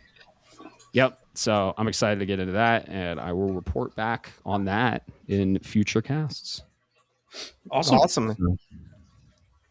Yeah. Who wants to go Well, next? Alex. Alex, yeah, you're good, man. Yeah. Alex, we know you don't give a fuck about most of the things we've been talking about. So tell us what you give a fuck about. Yeah. So I live in my world of PC land, so I don't care. I do authentically care. I do actually end up playing a lot of these games, just unfortunately later. Yeah, of course. Neo for me is I'm gonna have it day one. It's not gonna be I'm gonna start it day one. I'm personally hoping a Metroidvania that I've been following comes out by then. I don't know if Solitaria will actually ever come out at this point because it still says just Q1 2026 on its launch date, but we'll see. After practically being held by gunpoint, hazed, and ran up a flagpole, I finally decided to play Final Fantasy 15 again. We know you wanted to. Guilty as charged. Yeah, it took a little bit, and to be honest, I think I was hard on the game beforehand. Oh, For being completely honest. So Insomnia was beckoning you back. His It's like, criticisms were not unwarranted. back, Yeah, I'll Right. defend you. It's not a perfect game. It's not even their strongest top, 6. But anyway, continue. Yeah. So after playing it, I'm now 6, maybe 7 hours in now on this playthrough, which is now further than I've gone at this point story wise, in any of my previous playthroughs. I've actually come to like the game. I'm enjoying it far more than I did Final Fantasy 16. Hell it's yeah. still not in my top 5, but it's not in my top 5 Final Fantasies. It's not mine either, so it's okay. Yeah, Hell yes that he's pretty good. enjoying it, not that he enjoys it more than 16. But hell yes, you're enjoying it. Yeah, Yes. I do enjoy it more than 16. Okay, I will say it louder for the people in the back. That's pretty You're crazy. allowed. You like what you Yeah. like. There you go. Yeah, exactly. Yeah, opinions are subjective. It's okay to be wrong. Yeah, opinions are subjective. Apparently, I'm kidding. Okay, Holbrook. Entirely subjective. Yeah, Albrook, you're not allowed to speak on Final Fantasy for a while. For anybody who doesn't know, Albrook is a town in Final Fantasy VI. And that's as far as Matt got because he's a wonderful human being. God damn it. Like Anyway. 3 hours in. No, it took me like 10 hours to get there. So Okay, for Matt, it took him more than 3 hours. I'm an You explorer. know why? Because of Zozo. Anyway. Zozo Yeah. was the reason that Matt hates the game. Fuck Continue. Zozo. Final Fantasy 15. I've been playing Final Fantasy 15. I've been streaming the whole thing live on Twitch. I haven't played a minute outside of what I've been streaming. And if anybody's curious, that's Twitch/Kirito Azazel. If you want to check those streams out. Other than that, it's been Star Ocean Second Story, the original, not the remake. I picked up a copy at MAGFest, and I played it for a good, I think, 9 hours the other day. Wow. Damn. It's a lot of fun. It's always been a fun game to me. I've always enjoyed Star Ocean. It was nice to go back and boot up the PS1 and have a good time with it. Been a little bit of Counter-Strike. League now is in a new season. Started out the year in a new season while we were at MAGFest. And so I've been kind of climbing ranked in that, just having a good time. Played that with Aurora for a few hours today. That's kind of been it for me. It's kind of just a chill thing right now. Neo's my first big title that's going to come out until I do get my PS5 February 1st. That's the plan. Hell yeah. It's already slotted in with the wife, so I'll be joining you guys on that. And I'll be either fortunately or unfortunately undertaking DS2 the day that I get it. So, Oh, damn. You're going to start see how strong. things go. Yeah, That's damn exciting. good game for it, man. That's super exciting. Have you played Good start. the Astro's Playroom or Astrobot on No. anybody's PlayStation? I would recommend at least Astro's Playroom to break in your system just because it's a nice little quick thing. You don't even have to finish it. You'll want to. It's a really good platformer demo pack in, and then you can install DS2 and cry, laugh, get weird, whatever you want to do with that game. But Yeah. just friendly advice. I think Astro's Playroom is the best thing to start your PlayStation with. Agreed. Agreed. Okay. Yeah, Yep, it's gonna be just casual things until then. Okay. Awesome. Yeah, it kind of goes over like the infrastructure of your system too, and teaches you a lot of like what the PlayStation 5 is and what it provides. I don't want to get too much into it. I don't want to spoil it for you. And the But dual sense. That's the yes, thing it's a huge. that's most important. Like, controllers, game pads, but the dual sense, and not that you haven't used one before, but I think they did a really cool, fun tutorial game. That's like a weird thing that is hard to explain, but you'll be like, oh, I didn't know it could do that. Or you'll be fascinated. You'll be like, I did know that, but this is a really cool depiction of how it does that. So, right. Yeah. And it's like 5 hours, super short. Yeah. And if you're a PlayStation fan and you're a fan of everything PlayStation, you're going to be a huge fan of this game. Yeah, it'll speak to you for sure. Absolutely. Even as a PC person, like generally, you'll be like, I appreciate the history of all this, and it's neat. So You hear that, Nintendo? All you have to do is package it in. right. Not sell your fucking tech demo for $10. If they packaged it in, the stock price would be tripled by now. Right.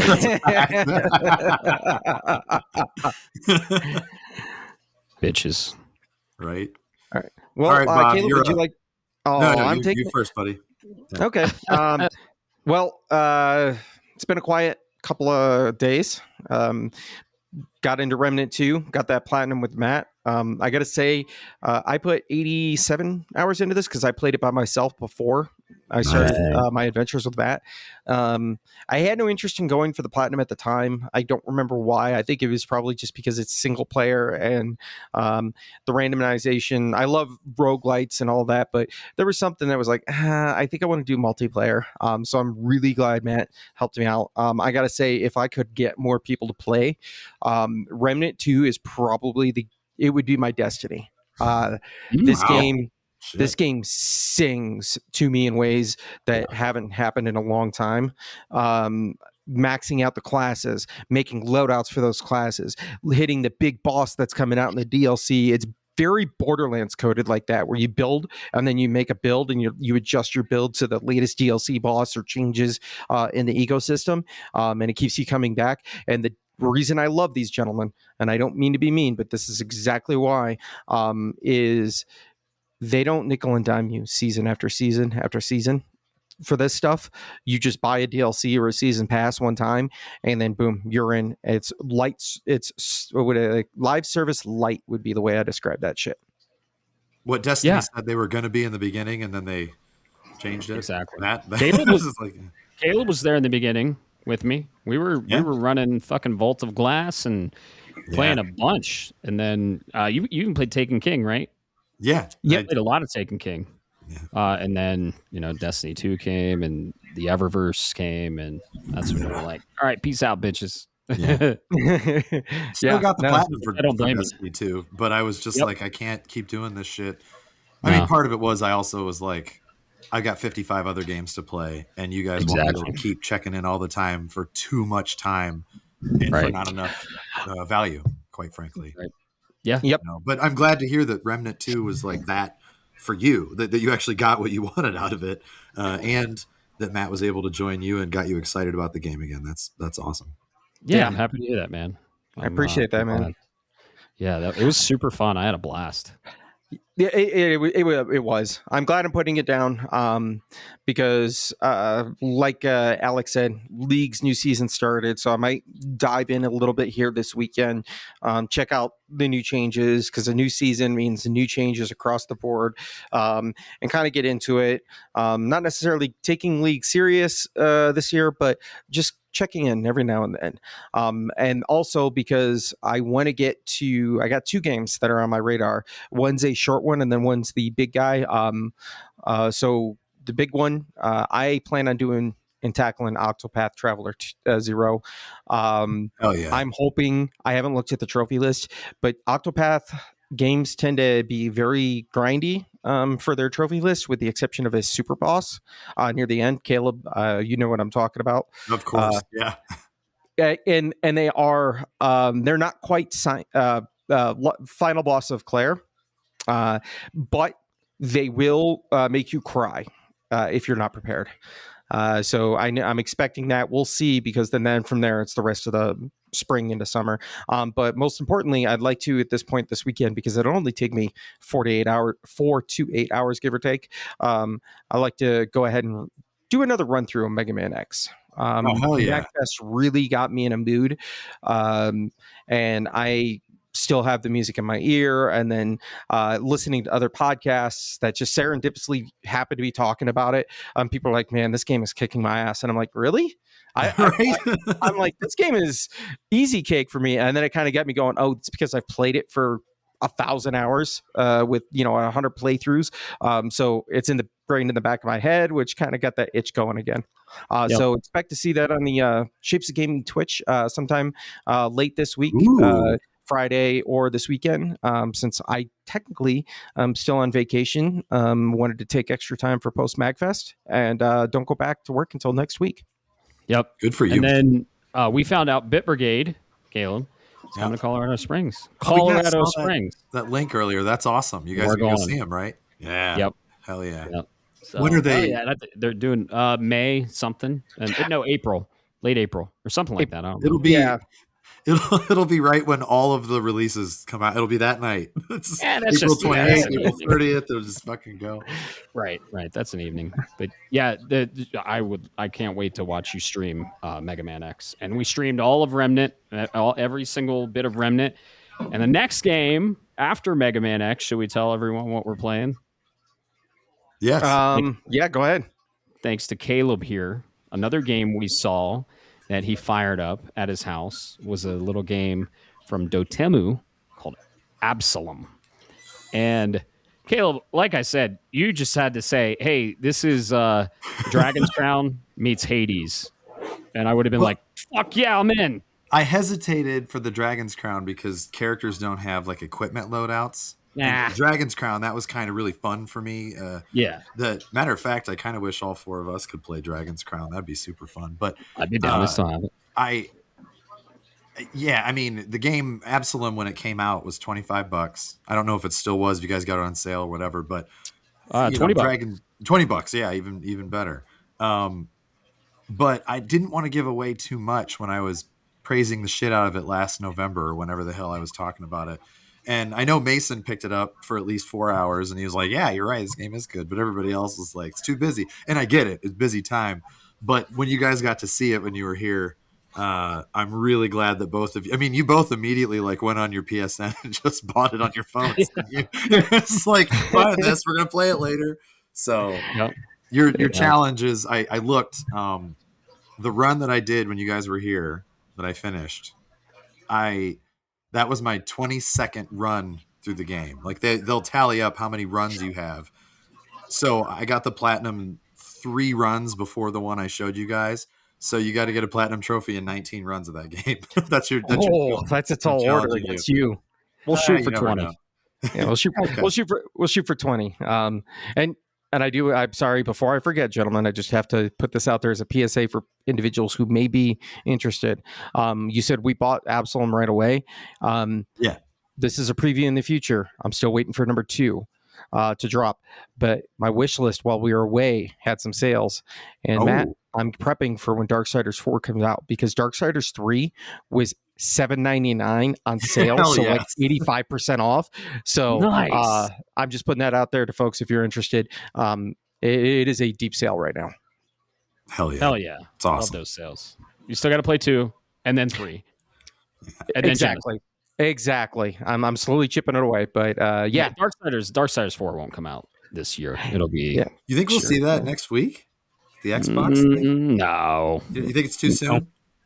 Yeah, I haven't read anything about next week, like for real. I have, other than the 2 things you guys had sent me. Xbox isn't really attached to Gunfire, so exactly, and that's how it wraps up. Damn it, you just took it from me too. I was getting Gunfire because what else did Gunfire make, Matt? Evil Dead and Darksiders 3. More importantly, what did we just recently play? Remnant 2. Yeah. So yeah, absolutely. I'm excited for it. Yeah, they're going to nail it. Caleb, like you said, this game, I remember looking at it and going, dude, this art style is right up my alley. It's a roguelite, which is quickly becoming the top of my like genre that I fall in love with. I have to be careful with because they're a deep hole. But when you're just saying, oh, there's only 2 characters in the beginning, you nailed it, Matt. You're gonna like I think you said the Dark Knight. She swings a big sword. Bob, you'll love the dwarf, and I'm like, why? Because of a beard? And you go, no, he's got guns. And I immediately went, oh. That's entirely true. So guns and fisticuffs, baby. That's Carl. His name is Carl. Carl. Yeah, Nice. you guys. I mean, I think when you get the other 2, all the characters are really fun for what it's worth. I mean, spoilers. There's only 4 you can play as, which I was hoping there'd be 6, but whatever. All of them are unique in their own way. All of them have, you're gonna find one that just sings to you the most. Like I have my favorite. Doesn't mean I'm not good with the other 3, but there's one where I'm just like, I'm not going to lose if I'm this character, which is cool. I love that in a game that lets you sort of have your own, make a character your own. That's a lot of fun. So yeah, the game stays interesting. I really hope you guys like it. If you have any questions, you can ask me, but I'm not going to tell you everything. I will guide you, but I will not give you an answer because it's part of the fun, as you know, with roguelikes, is just figuring it out. Of course. Yeah. I like that. I like that approach. But yeah, we will stream that. So look forward to that. Please look forward to that. Yeah. All right, Caleb. What about you? What you been grinding on? All right, I'll be quick. I promise. Like I said at the beginning of this cast, I've been trying to just like reacclimate, be an adult, so that I can give myself a bunch of free time. I was struggling deciding what to play. Because as we already discussed, Dragon Quest VII Reimagined comes out just a few weeks, and I am day 1 about that. You can tell my voice is still screwed, but that's okay. And then shortly after that is going to be Resident Evil Requiem. It's like 2 very big games, and Dragon Quest games I take my time with. I'm not going to look at any trophy lists until I'm done. That's my rule for the big games. Actually, it's my rule for every game unless I just fucking hate it. Yeah. Until you roll credits, right? Until you beat the game. I roll credits. Well, Dragon Quest, sometimes I decide to roll credits 2 or 3 times because you really never know. And that's not a spoiler. It's just the story. Oh, no. 11, you had to beat the game 3 times. Yeah. So I usually just wait until I get that feeling of fulfillment, right? But I have Dragon Quest 1 and 2 HD 2D that I got back in October, and I just didn't have time with everything else. And I have my backlog games we talked about in the backlog episode. I was really thinking about Star Ocean Second Story R. And then when Alex found his copy of the PS2 version at MAGFest, I was like, man, that sounds really fun.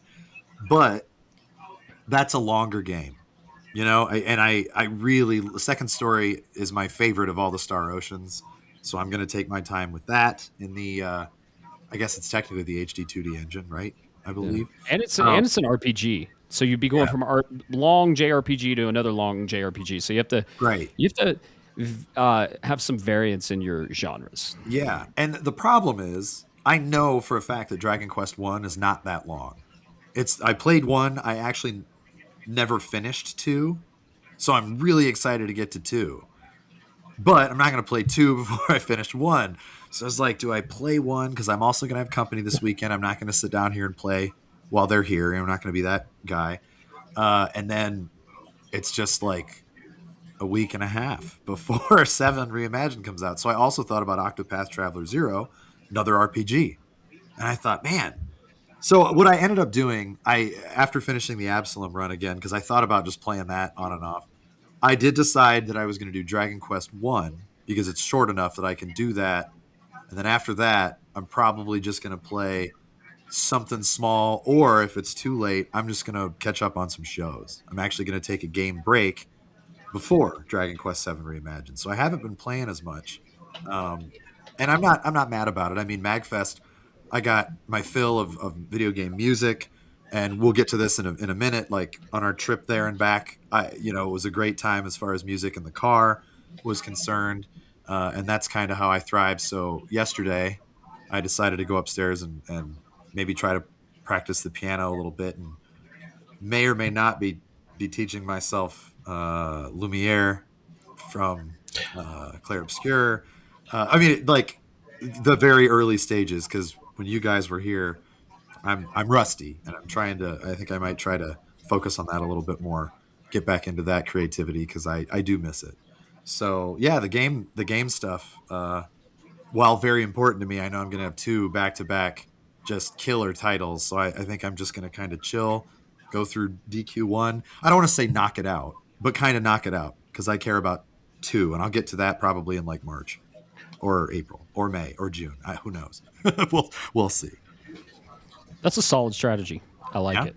Take a little break because I mean, Dragon Quest, we're going to be inundated with that and just dive in, right? Yeah. And then, like you said, you don't want to blast through it. You want to take your time, but we do have to finish it before Resident Evil Requiem, February 27th. So, yeah, it's going to be that's extra always hard the challenge.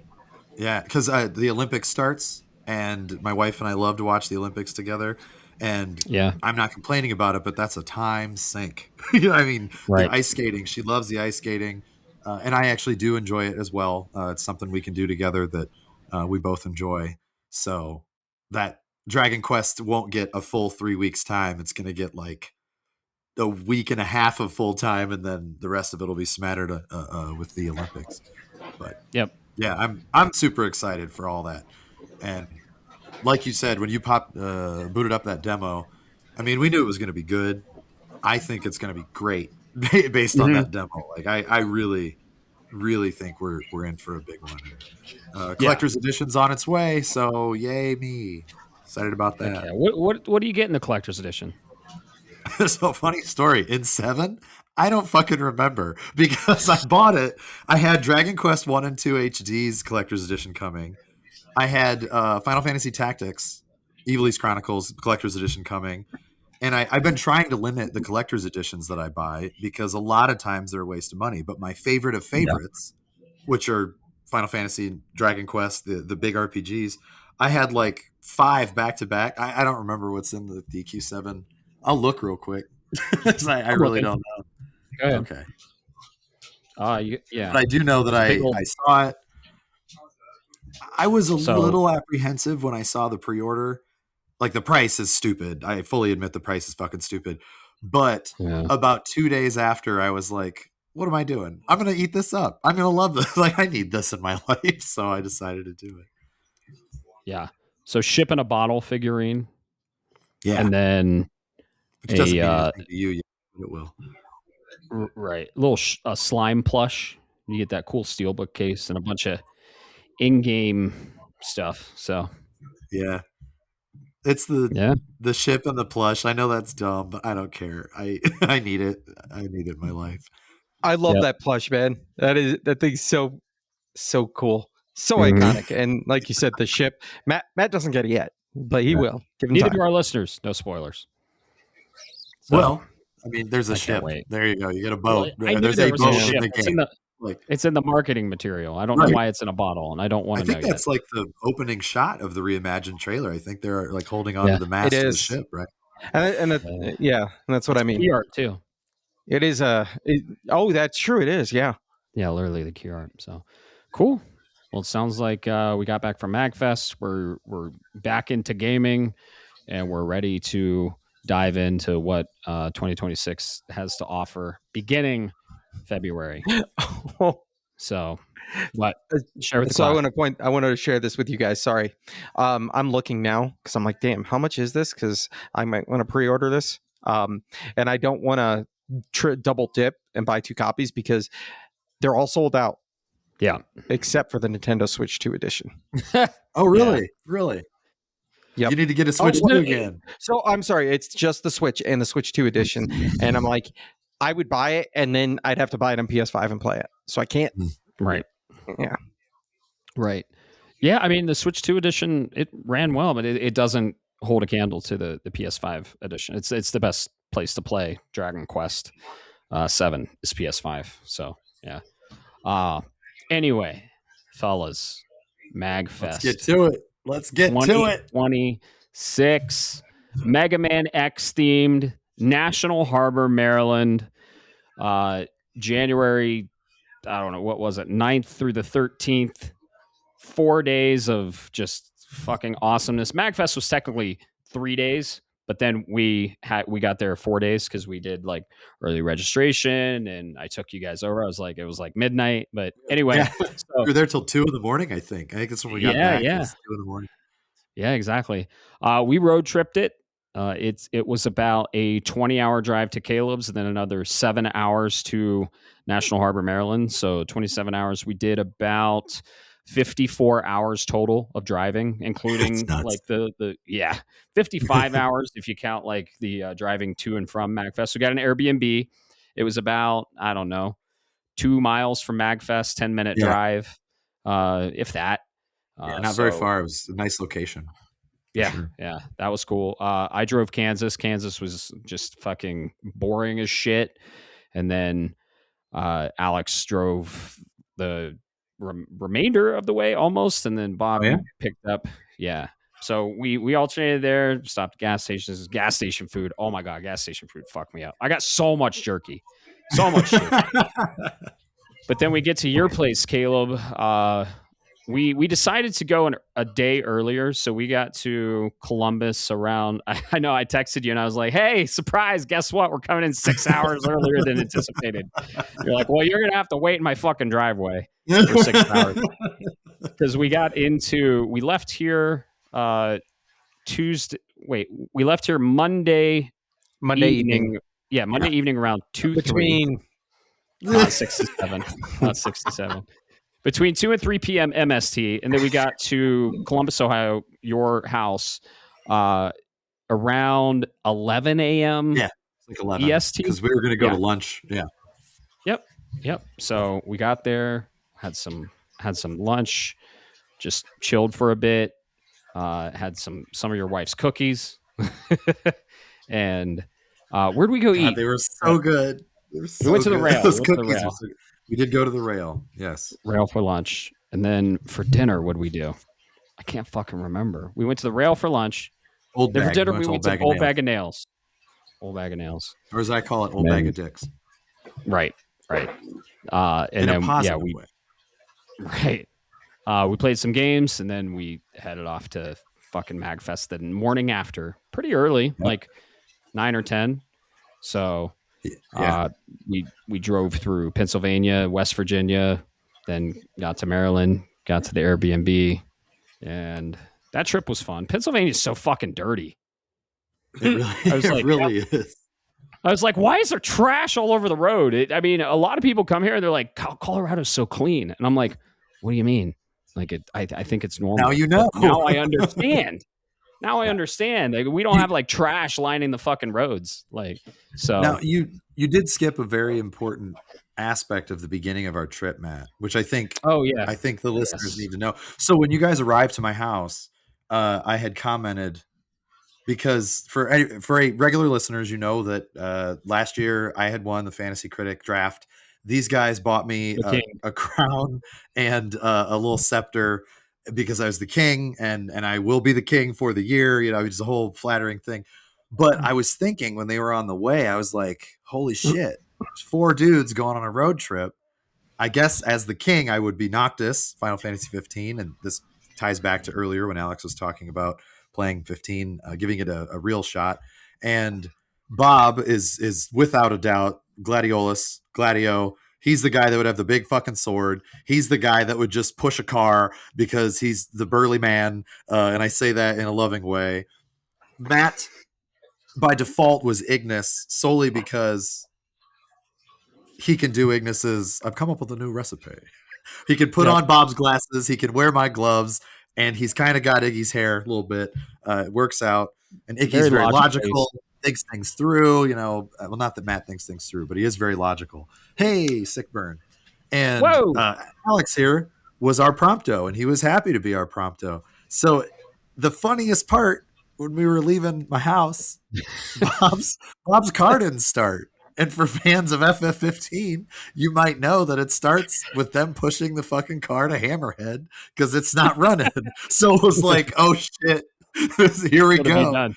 And throughout the course of our journey, there were very, very eerily similar highlights to the first half of FF15, which is amazing. I know that I'm a big Final Fantasy fan, but it was like, not to say it was a joke, But it was, I mean, it was a joke. We were gonna have fun with it. It was like 4 guys. We should have cosplayed as this, even though I am not a cosplayer at all. I would have been a good cosplay. But then when we were having these events happen, I'm just like, well, I guess I got to go fight this guy now, and I got Gladio's got to go get a scar on his fucking face, and like it was actually kind of blind. Yeah, I'm going to become blind at some point. Yeah, whatever. Game's old enough; it's fine.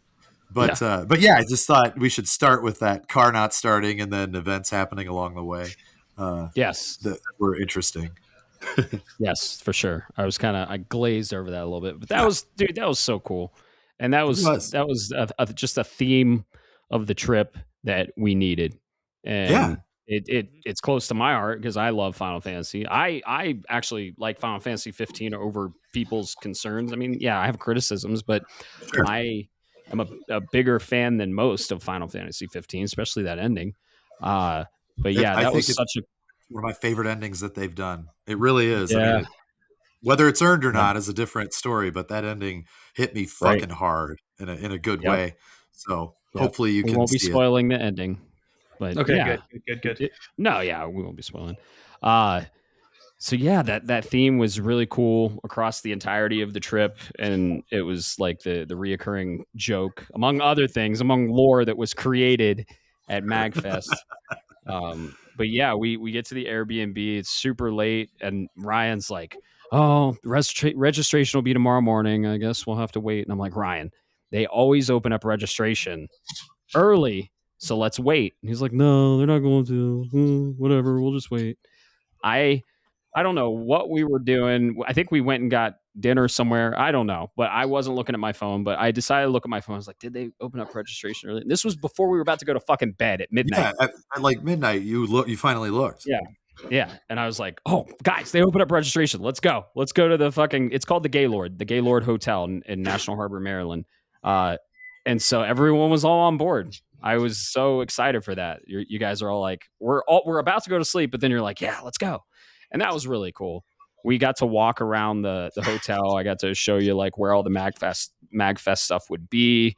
And showed you like the doors that were closed. I was like, oh, that's where the arcade's going to be. And then they had the stage open where you could see in. And it was just like a nice little pre-hype for what the show was going to be. It was nice to get our bearings without like 6,000 people there. I mean, I remembered everything, but it really helped to just be like, oh, right. Like if the bathrooms are down here, if I go past that, I can get to this thing without 40 million people in the way. Like that was cool. I appreciated that we got to do that.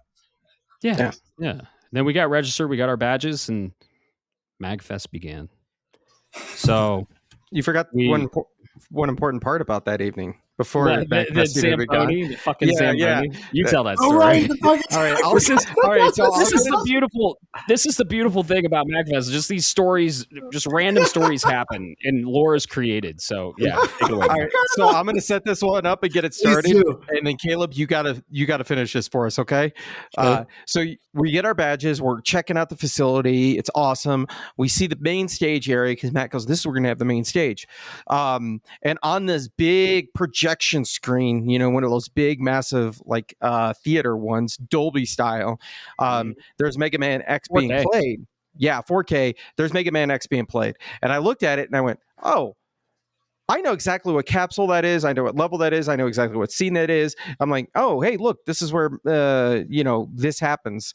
You guys will see it. I'm not going to spoil the story, but I'm like, this is where this event happens. And this dude that was part of a crowd who obviously had been pre-gaming goes, how did you know that, man? I'm like, I played the game. We're a super fan, because Caleb jumps in, is like, dude, we're super fans. We love this. And then he asks me, do you want to ride the Zamboni? And I'm like, hyped with him. So I go, fuck yeah, I want to ride a Zamboni. Let's go. And he points to somebody that was driving one of those automated sweepers throughout the hotel. And I'm like, man, that would be awesome, and walk away. And then take it away, Caleb. So for people to understand, it was I don't know if it's technically called a Zamboni because it's on carpet, like the cleaner. But either way, I mean, that's what the guy actually said, and we knew what he was talking about. But there's just this hotel worker doing, cleaning the carpet, getting ready for the next day, for the beginning of MAGFest, and we kind of go about our business a little bit because he was with this like other dude was with this group of about 5 or 6 people, and like Bob said, they looked like they had some drinks, they were having a good time, whatever. But the guy who asked about the Zamboni just like slowly walks towards this worker who's on this carpet Zamboni, and we're, Matt's telling us like, here's where the chip tunes are going to be, and here's where we're going to see Proto Man. Like, we're just like in the vicinity, but not really.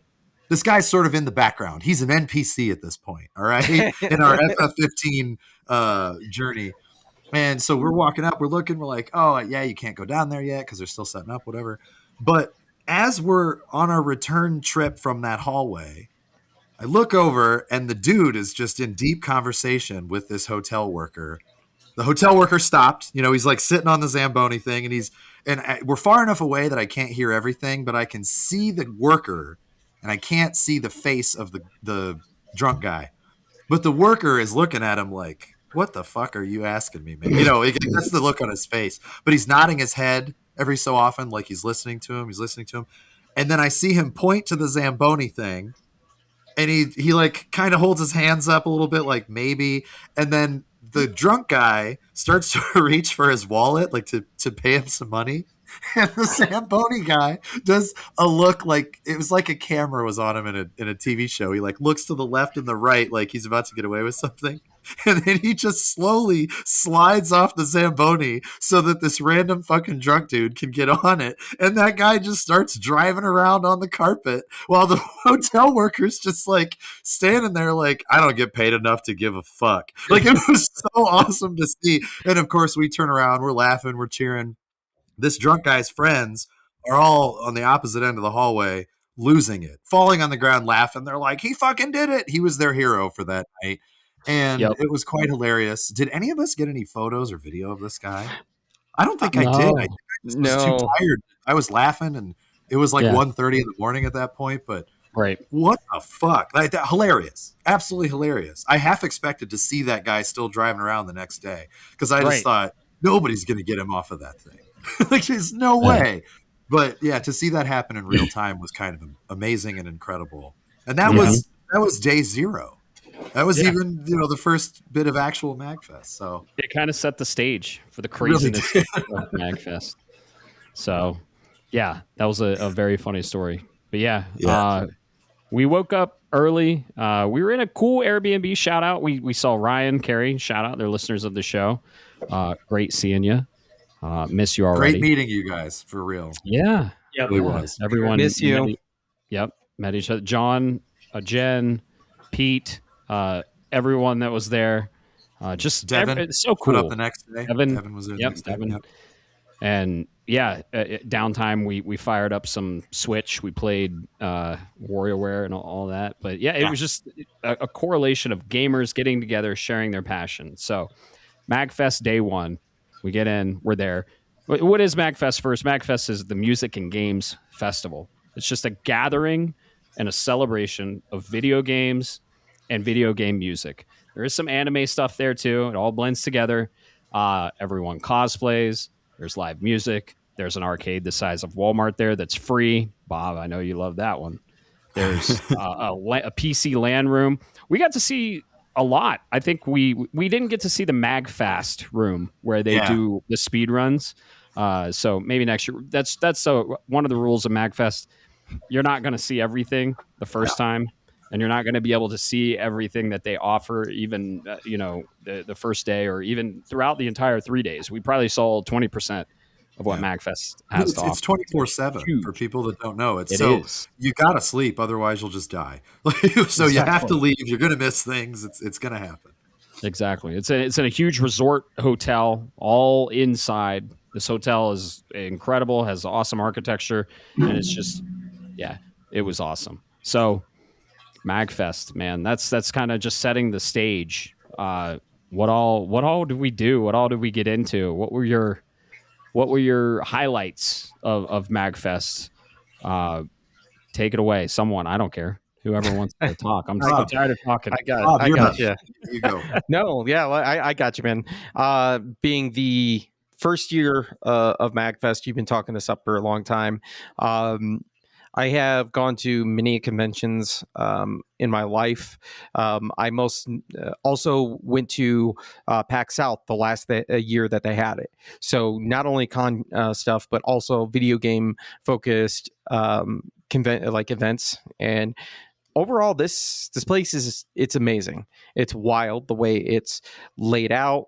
24/7 is a hard ask for any convention center, and that staff there, the support staff, nailed it.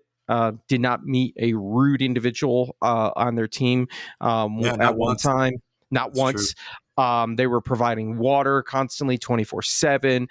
You could go to the medical like I did a couple of times, grab some free ibuprofen, headache stuff, whatever the immune boosters, all of that there, free of charge, included with your ticket. They just want you to be safe and have some fun. And that right there sung to me. This is probably one of the best conventions. If you look at it from that point of view, is one of the best conventions you can go to or festivals in all the world, probably. They nailed that. And by the way, as for the ticket price, I mean, it's $125 for the ticket, and that's for 3 full days. And that gets you into all the live shows. That gets you pretty much all access to anything there. Incredible value. It's kind of unreal, actually, how, like, now that I've gone and seen it for myself, been a part of it, I was expecting, I don't know, more of a mess for the price for like, oh, we're going to have all these shows. And I thought the shows would be cool, but I thought it would be kind of a nightmare getting into all of them or whatever. And some of them, I guess other people may have had issues on was it the Proto Men night 2? Yeah. I think that because Act 1 was night 2. I know it sounds weird for people that don't know what the Proto Men are, but even then, I mean, if you were there early enough, that's and the key. But it wasn't like, oh, fuck this. It was still like, oh man, this is packed. We need to just kind of scoot in and be friendlier than we expect. But $125 for the base ticket, no limit on the concerts you can go to. I mean, we saw, what was it? Did we counted 7 or 8 or 9? Yeah, something like that. And all really good, talented people, and some of them being legitimate headliners. Like I mentioned the Proto Men earlier. For people who listen to this cast and may actually know what MAGFest is and know the Proto Men, I did not know. So they have Act 1, Act 2, and Act 3 for their show. I didn't know that Act 3 had never been performed before and that they had released the songs like weekly or monthly. Or I actually don't know, because I was lucky enough that I got to see, for the first time that I ever got to see the Proto Men, I got to see all 3 acts. So all these people have been waiting 15 years for this final act to release, and I almost felt guilty being like, well, I didn't have to wait 15 years. I didn't fucking know. I just got to experience it along with everybody else for that $125 ticket. Yeah. Like, that's and crazy. Center. And that's, yeah, like really great good spots. standings. But the music, the quality was good. The audio quality was good. The space was good. Yes, it was warm, but you're going to have 8 million people in there. That's going to happen anywhere. You can't complain about that.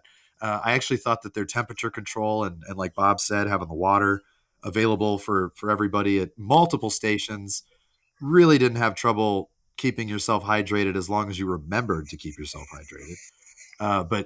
And that's just the concerts. That's not getting into the arcade room, the PC room, the console room, the chip tunes that was right outside the main stage. That's Alex's. I'm going to let Alex take that because that's his bread and butter, and I got to hear some really interesting things at the chip tunes. And that doesn't even mention the cosplay shoots, the section that they had for the cosplay shoots, the Pose Lounge that was really cool to see. I mean, just kind of nuts to think about all the things you could do. And like Matt said, we didn't even get to go to MAGFest. Like, I walked past the rooms. I looked in and I saw what it looked like. And I was like, that seems cool, but I got to go do this other thing instead. So, just like if you have ADHD, it's the best and worst place to go because there's always something that's taking your attention. Yep. Yeah, there were panels every day. We didn't go to one panel. We just didn't have time. So, and I'm not even mad about it. Like, normally I'd be pissed if I missed a panel I wanted to see, but I feel like the value that I got, not just spending time with, my guys and meeting the new friends, but if I even went by myself and didn't know anybody, if I paid $125 and I got to do what I did, if I got to do one day of what I did, let alone 3, like that's just insane. bonkers. It's bonkers. Like, I don't know how they do it. How do you make money? Like, do you just that's- get 30% from each vendor? Like, I don't understand. and that's what makes it even better is not only it ran well, but if you go to conventions, it's usually with that many people, it's crowded. You have people there that are just quite frankly rude. They just the actual crowd. But here there's a culture that's ingrained and is embraced. Even if it's your first MAGFest, it's just part kind of one of those things. You know, we talked about the Colossus roar. Yeah. We went to the museum area and there was the arcade, and I'll get to that story, but that arcade cabinet was there and we all got to sit down and play it, and there's a whole history behind it because in the early days the X-Men arcade cabinet was donated by a community member, and it was put in the front lobby. So anybody that's not familiar with the X-Men arcade game, the special for Colossus who's in there is for some reason mixed weird, so his yell is decibels louder over anything else. So It's people were hearing that, we're hearing that 1,000 times a day. And instead of complaining about it, it was embraced by the community. And you just walk down the hallway and you hear one person go, "What?" And it echoes throughout the entire hotel. So much they've got signs that say, "Please don't do it past this point for guests." And that right there is amazing. There was other stuff that started that was new, things that I forgot to ask our experts who've been to MAGFest multiple times. I loved every aspect of that, and that doesn't even factor in any of the other stuff that you're talking about, the actual venue items. Right. Yeah, I mean, the Colossus roar, for people that are trying to wrap their head around what Bob's talking about, it's like a call and response. So if you're loud enough and powerful enough, like one person does it, and then everybody else responds with the same roar. So if you're in the center of, like, if you start it, it's like a ripple effect that goes all the way outward from you, and it's a really cool feeling. I personally got to start 2 of them, which is part of the reason my throat is fucked. But I was like, I didn't understand how excited I would be. A little bit more backstory. I love the X-Men arcade game well before MAGFest. It's one of my favorite arcade. Actually, I think it is my favorite arcade game of all time. Not to say that it's good, but it's just special. And so knowing that Colossus roar and being able to like do it and experience that, because when they told me about this on the first day we were there, I was like, are you guys fucking trolling me? Like, that's not a thing. There's no way. Like, I'm gonna do it look like an asshole in the middle of this room. And sure enough, it is a real thing, and it's amazing. It's amazing when you can do that and have people just react to you. I don't know. It's you got to do it. You got to try it. It's great. Got to experience it. You got to do it, and then you got to initiate one. That being part of it's like, oh, I'm kind of cool. And then like when you start one, because I got to do one myself at a really well timed position, and then you hear it just start to echo. You're like, wow, I have a power for just being a member of this community, and I promise not to abuse it. And nobody does that. They only wait for the right times. Yeah, it's you're beyond excited when you do it. Like, not that you got away with something, but just like it's so hard to explain. Because you just get this pure joy on your face when it works. You're like, oh my God. And then it happens again. And you're just like, this is the greatest thing ever. And it doesn't get old. It really does. I mean, I'm sure if it was like every day for a year, it might get, I don't think it would get old for me. I think I would still fucking love it. But, it's for 4 days, 3.5 days. By the last day, you think, oh, shut the fuck up. Not me. I was just like, again, every time. It was great. Yeah, that's $125. I would have been excited just to be able to get one Colossus roar off. So, like, yeah. And we got to play the arcade game. And all 4 of us. That was a first for me because they had it in the museum. There's like a video game museum, which is awesome in itself. But we got to play it, and I was Wolverine. Bob was Colossus. Yep. The Colossus roar. Yep. Caleb, you were Storm, and then Alex was Nightcrawler. Yeah. So, and for people who know the arcade game, different units had different. Some of them were 4-player only, but the main rare ones were 6. So you could be all 6 players. And the other 2 would be Cyclops and Dazzler for people who know. We are only 4 of us. And I was kind of hoping, even though it was way more fun to just play the four of us, it would have been cool if Ryan and Carrie were with us, or John and Jen to play the other two, just anybody. But they weren't around, like they were off doing something else. But we did play through beginning to end. Yep, and we did. We beat it. I made sure, because there's on the side of that cabinet, there's this piece of paper that tells the history of the man who donated it and where the Colossus Roar comes from. So people are naturally, as we're playing, coming by and reading the piece of paper. So I made sure to stack as many lives as I could, just so that when they walk by, I would press that button and you get the roar, because I wanted to try and trigger one throughout the museum.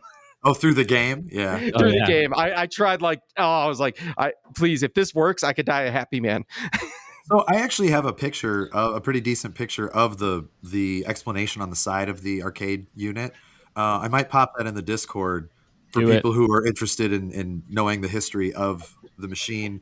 And it's a nice little tribute to the guy who donated it. He passed away. And, kind of a bummer. Not to be a downer about it, but it was. I didn't know the full story. I had heard bits and pieces of it, but being able to read that was kind of cool. And I have two photos. One is closer up of the actual letter explanation, and then the other one is a little further back, and you can see pictures of him. So I'll post those in the Discord if you guys want, just because I think that would be nice. Let's dump most of our photos. I think there's a MAGFest channel. There is. Let's dump most our best photos we got from the show into that channel, and you all, the listeners, can kind of see what the hell we're talking about and why we had so much fun. How much fun we had. Prompto took some amazing pictures. I mean, we all took some really good pictures, but our Prompto here, Alex, took my favorite picture of the thing. He'll post it in the Discord. You guys will see it, but it's a very Final Fantasy 15-esque angle and pose, and I loved it. I mean, it was slightly raining outside. We were on our way to food, and we were all fucking tired and hungry, and our legs hurt. And this badass got down on like one knee, and he has terrible knees. So he took this great picture. He sacrificed his health for this great photo, and I really dig it. So I can't wait for people to see it. Yeah, that was one of two photos the entire con where I physically hurt myself for a good photo. The other one was where I damn near face planted taking the Mega Man photos. Oh yeah. For the MAGFest. Right. Yeah. Alex, you've been to a lot of conventions. You go to you said 7 a year. 7 to 10 a year, yeah. 7 to 10 a year. Holy shit. So you have a good idea of what conventions and festivals can be. Was this your favorite one? Okay, so before I get to that, it'll transition into that. So I know, Caleb, you mentioned the $125 cost. So I go to Fan Expo every single year, or we missed it last year, but we go to Fan Expo, my wife and I, and it's $120 for that convention for 4 days. And that's in Denver at the Colorado Convention Center in Denver. We don't get the concerts. So the way that I look at it, yes, it is well worth it. But not only is it worth it from a convention aspect, but having bought the Bit Brigade tickets myself, I don't know if you guys have yet or not. You are spending legitimately less money on going to this convention and seeing as many concerts as you want than the cost of as many different artists as we saw individually for their tickets. And it's absolutely insane to look at it that way, because I could spend... I would have easily spent $100 to see Proto Man Act 1 live. Even though it was only an hour and some change, I would have easily spent $100 on that ticket. Yeah. Same thing with Bit Brigade. Same thing with Triforce Quartet. Let's list all them. Of these artists. Let's see. Bit Brigade, Triforce Quartet, Proto Man, Mega Ran. We saw Mega Ran. The Arcadian. Danimal Cannon. The Arcadian. The Arcadian. Like that guitarist, their lead guy. He's going places, man. He's really good. Yeah. Sorry, continue. Who else? What else did we see? There were multiple shows. So Danimal Canyon, he made music for a lot of video games. So Soundfall, I think it's called, the video game, which I've actually been interested in it. But that show was awesome. I'd like to point out, those were at the main stage. There was still the XP stage, which had smaller artists that were there, and there's stuff that it might be obscure, but you might know, because there was that one specifically. I was mad. I saw his shirt in the like band merch area, and then I realized I missed him by like 4 hours because Spaceman Bob, by the way, for those that are interested, I immediately took a picture of it and texted my kids because they all went to see him. They loved him. So that doesn't include the extra stage. This was just the one, and we hit that 7 or 8 right there, or was it 6, 7? And Damn it, Bob. and it definitely paid its, and that doesn't include everything else that's there. Yeah, it's like you look at it logically. Yeah, you look at it logically, like a local artist, like say the Black Sheep here in Colorado Springs, you're looking at around $30-$35 a ticket. We saw 6, 7, 8 artists, or in my case even more, because I hung out in the chip space for quite a while. Yeah. For $125, not even including the con. I would have been happy if I had not bought any merch. Right. But maybe like a Proto-Men shirt or a Bit Brigade shirt, and I would have left a happy man. Because I got to see all these artists, like for me, that influenced me to do the video game inspired music that I do. All on different levels. Like Proto-Men's been an artist that I've listened to for years now, and I finally got to see them live. Thank God I went, or I never would have been able to. Bit Brigade, I've listened to them for years. Finally got to see them live. That was like a transcending or like elevating experience for me. I don't know about you guys. Finally. Oh, I love Bit Brigade. Yeah, they're awesome. Yeah. And then you get to see him again. Yeah, right. Yeah, I think we all are. Minus Caleb. Yeah. You can fly down here to the Springs to come see him, bro. Yeah, man. Stay at my place. When is it? Yeah. Oh man, what are the dates? Bob will look at the dates. And last year, Master Boot Record played, and we're going to see Power Master Glove, Boot Record this year. and fucking Power Glove played last year. Yep. So, yeah. And like you said, you were hanging out the chip space. Maybe Bob was in the arcade. That's the thing about MAGFest. It's your con, your festival. You can do whatever you want. Like, there's so much to do. And sometimes Bob would be like, I'm just going to go hit the arcade. And I was like, oh, I'll come with you. Or, oh, I'm going to go catch this show. And it's just, it's MAGFest is what you make it. And yeah, for sure. So. Yeah, for sure. And like we're talking about how great it was. We're not even including like the arcade. Like you get your money's worth in that anyway because it's free. I could go to Manitou Springs right now to the arcade and blow $40 in the Galaga machine and quarters, but I didn't have to do that. It was great. Yeah. Bob and I played Darius for what was it, 2 hours straight to the point the game looped back on itself. Yeah. Like that's an old Sega arcade game. For anybody interested in that, go ahead and look it up. It's like a bullet hell shooter game. Super fun. Yeah. It was fun to watch you guys for the bit that Matt and I could watch. Yeah, right. Bob and I went and saw a league tournament in the LAN area. Now we're gonna go play league next year at next year's MAGFest. Like that's crazy. The fact this was my first time going to the con, and I'm already talking to my wife and talking to you guys. I'm going back again. Be all end all. I'm going back again. It was that much fun. Was it the best one you've been to? Yes. Absolutely. MAGFest was the most fun I've had at a convention in my entire life. Will it still be the best one you've been to if it's the actual temperature Maryland is supposed to be? Because we got super fucking lucky with it being because I don't care. I was raised in that area, which was another reason why I loved it. Like the last day when everybody was talking and like we were all about to go our separate ways, I stood out by the water for like 20-30 minutes on the phone with my parents, talking about how gorgeous it was, and just breathing in the air. That's awesome. That's very. It got me even more hopeful. I'm like, damn, I'm going to be able to do this again next year. Yep, exactly. Like that was my way of closing it all out. Yeah, it's not too bad. I mean, it is super fucking cold, but the entire thing is indoors. Yeah. So the only time you go outside is to get all the food. So yeah, I don't know. We're used to the cold in Colorado too, so it doesn't really. Like I don't know about you guys, it didn't bother me at all. No, the East Coast cold is different than here. Let me tell you that it goes to the fucking bones. I mean, it was like 40s there, and I was fucking cold. I was like, ugh. In Colorado, was it'd be like like 10, t-shirt Humidity short. and the ocean breeze coming in from the bay. Yeah. If it was 10 degrees, you guys would have had to carry me on a stretcher because I'm just a whiny little bitch when it comes to the cold. I fully admit that about myself. And that's why you're Noctis. Right. Exactly. It all worked out. No, I'm glad to hear that, because I know when you said that you were from that area, that neck of the woods of the country, it is kind of nice to go. It's weird. Like it's going to sound weird. I am not a huge fan of my hometown for a whole swath of reasons.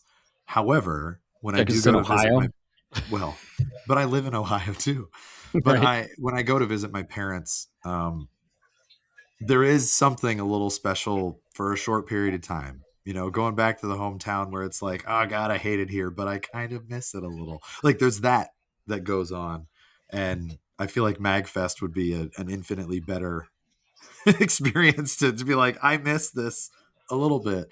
And then I also get to see all these awesome people. And just to touch on something that Bob had mentioned earlier about how nice and respectful people were, he's absolutely right. I bumped into a couple people, obviously people I didn't know, backing up, just not, it's not space. You're going to run into people at least 50% of the time, 100% my fault. Like, oh shit, my bad.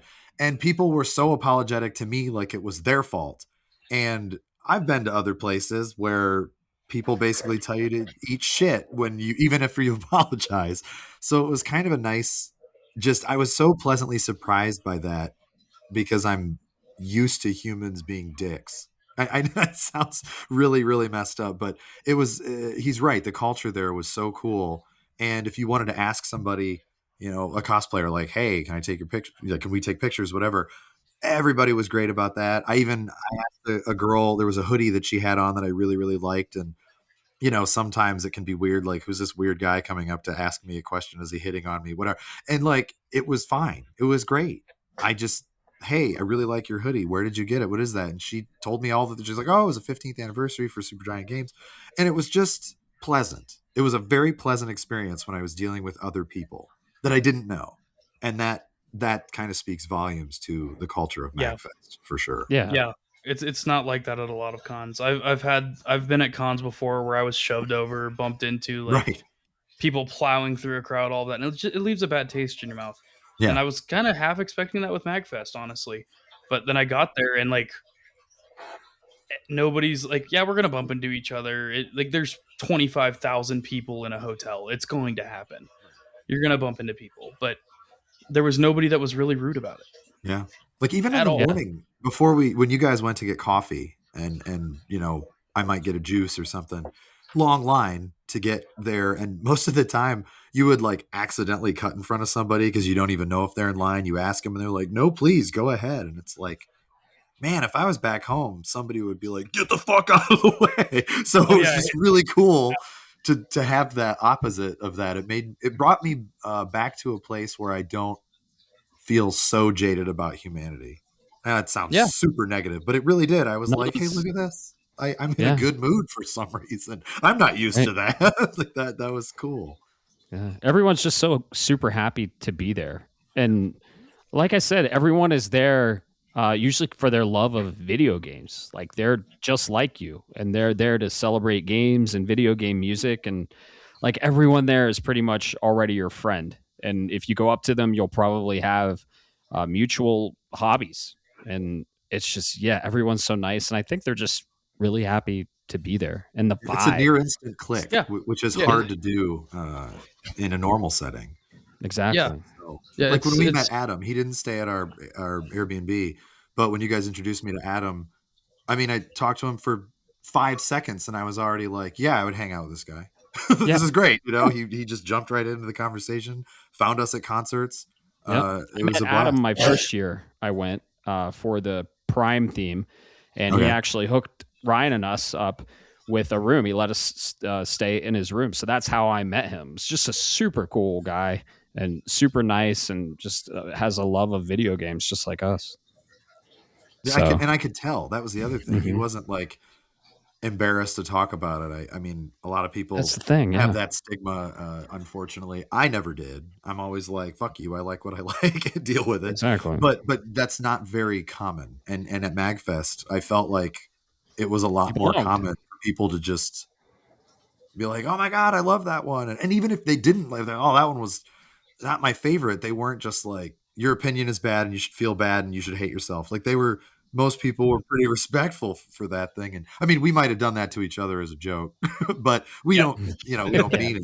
Like Alex not being perfect for not liking certain games that Oh, we yeah, like. That's, totally. we're just fucking Totally with a him, right? joke. So that's Yeah. but at MAGFest, you really felt like if people wanted to talk to you about that stuff, they either knew what they were talking about or they admitted, I've never played it. Tell me about it. Like, I want to hear about it. And that was something else. That was really, Yeah. really something that stuck with me the whole time.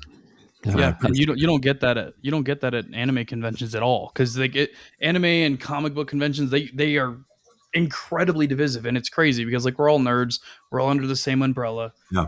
MAGFest obviously is for video games. Like we go to things like Fan Expo, like I do with my wife, and you'll have the anime people that are at ends with the comic book people and the video game people and all of this. I'm like, dude, we're all dweebs. We all get picked on for this stuff. Can we just get along like for this like 4 days?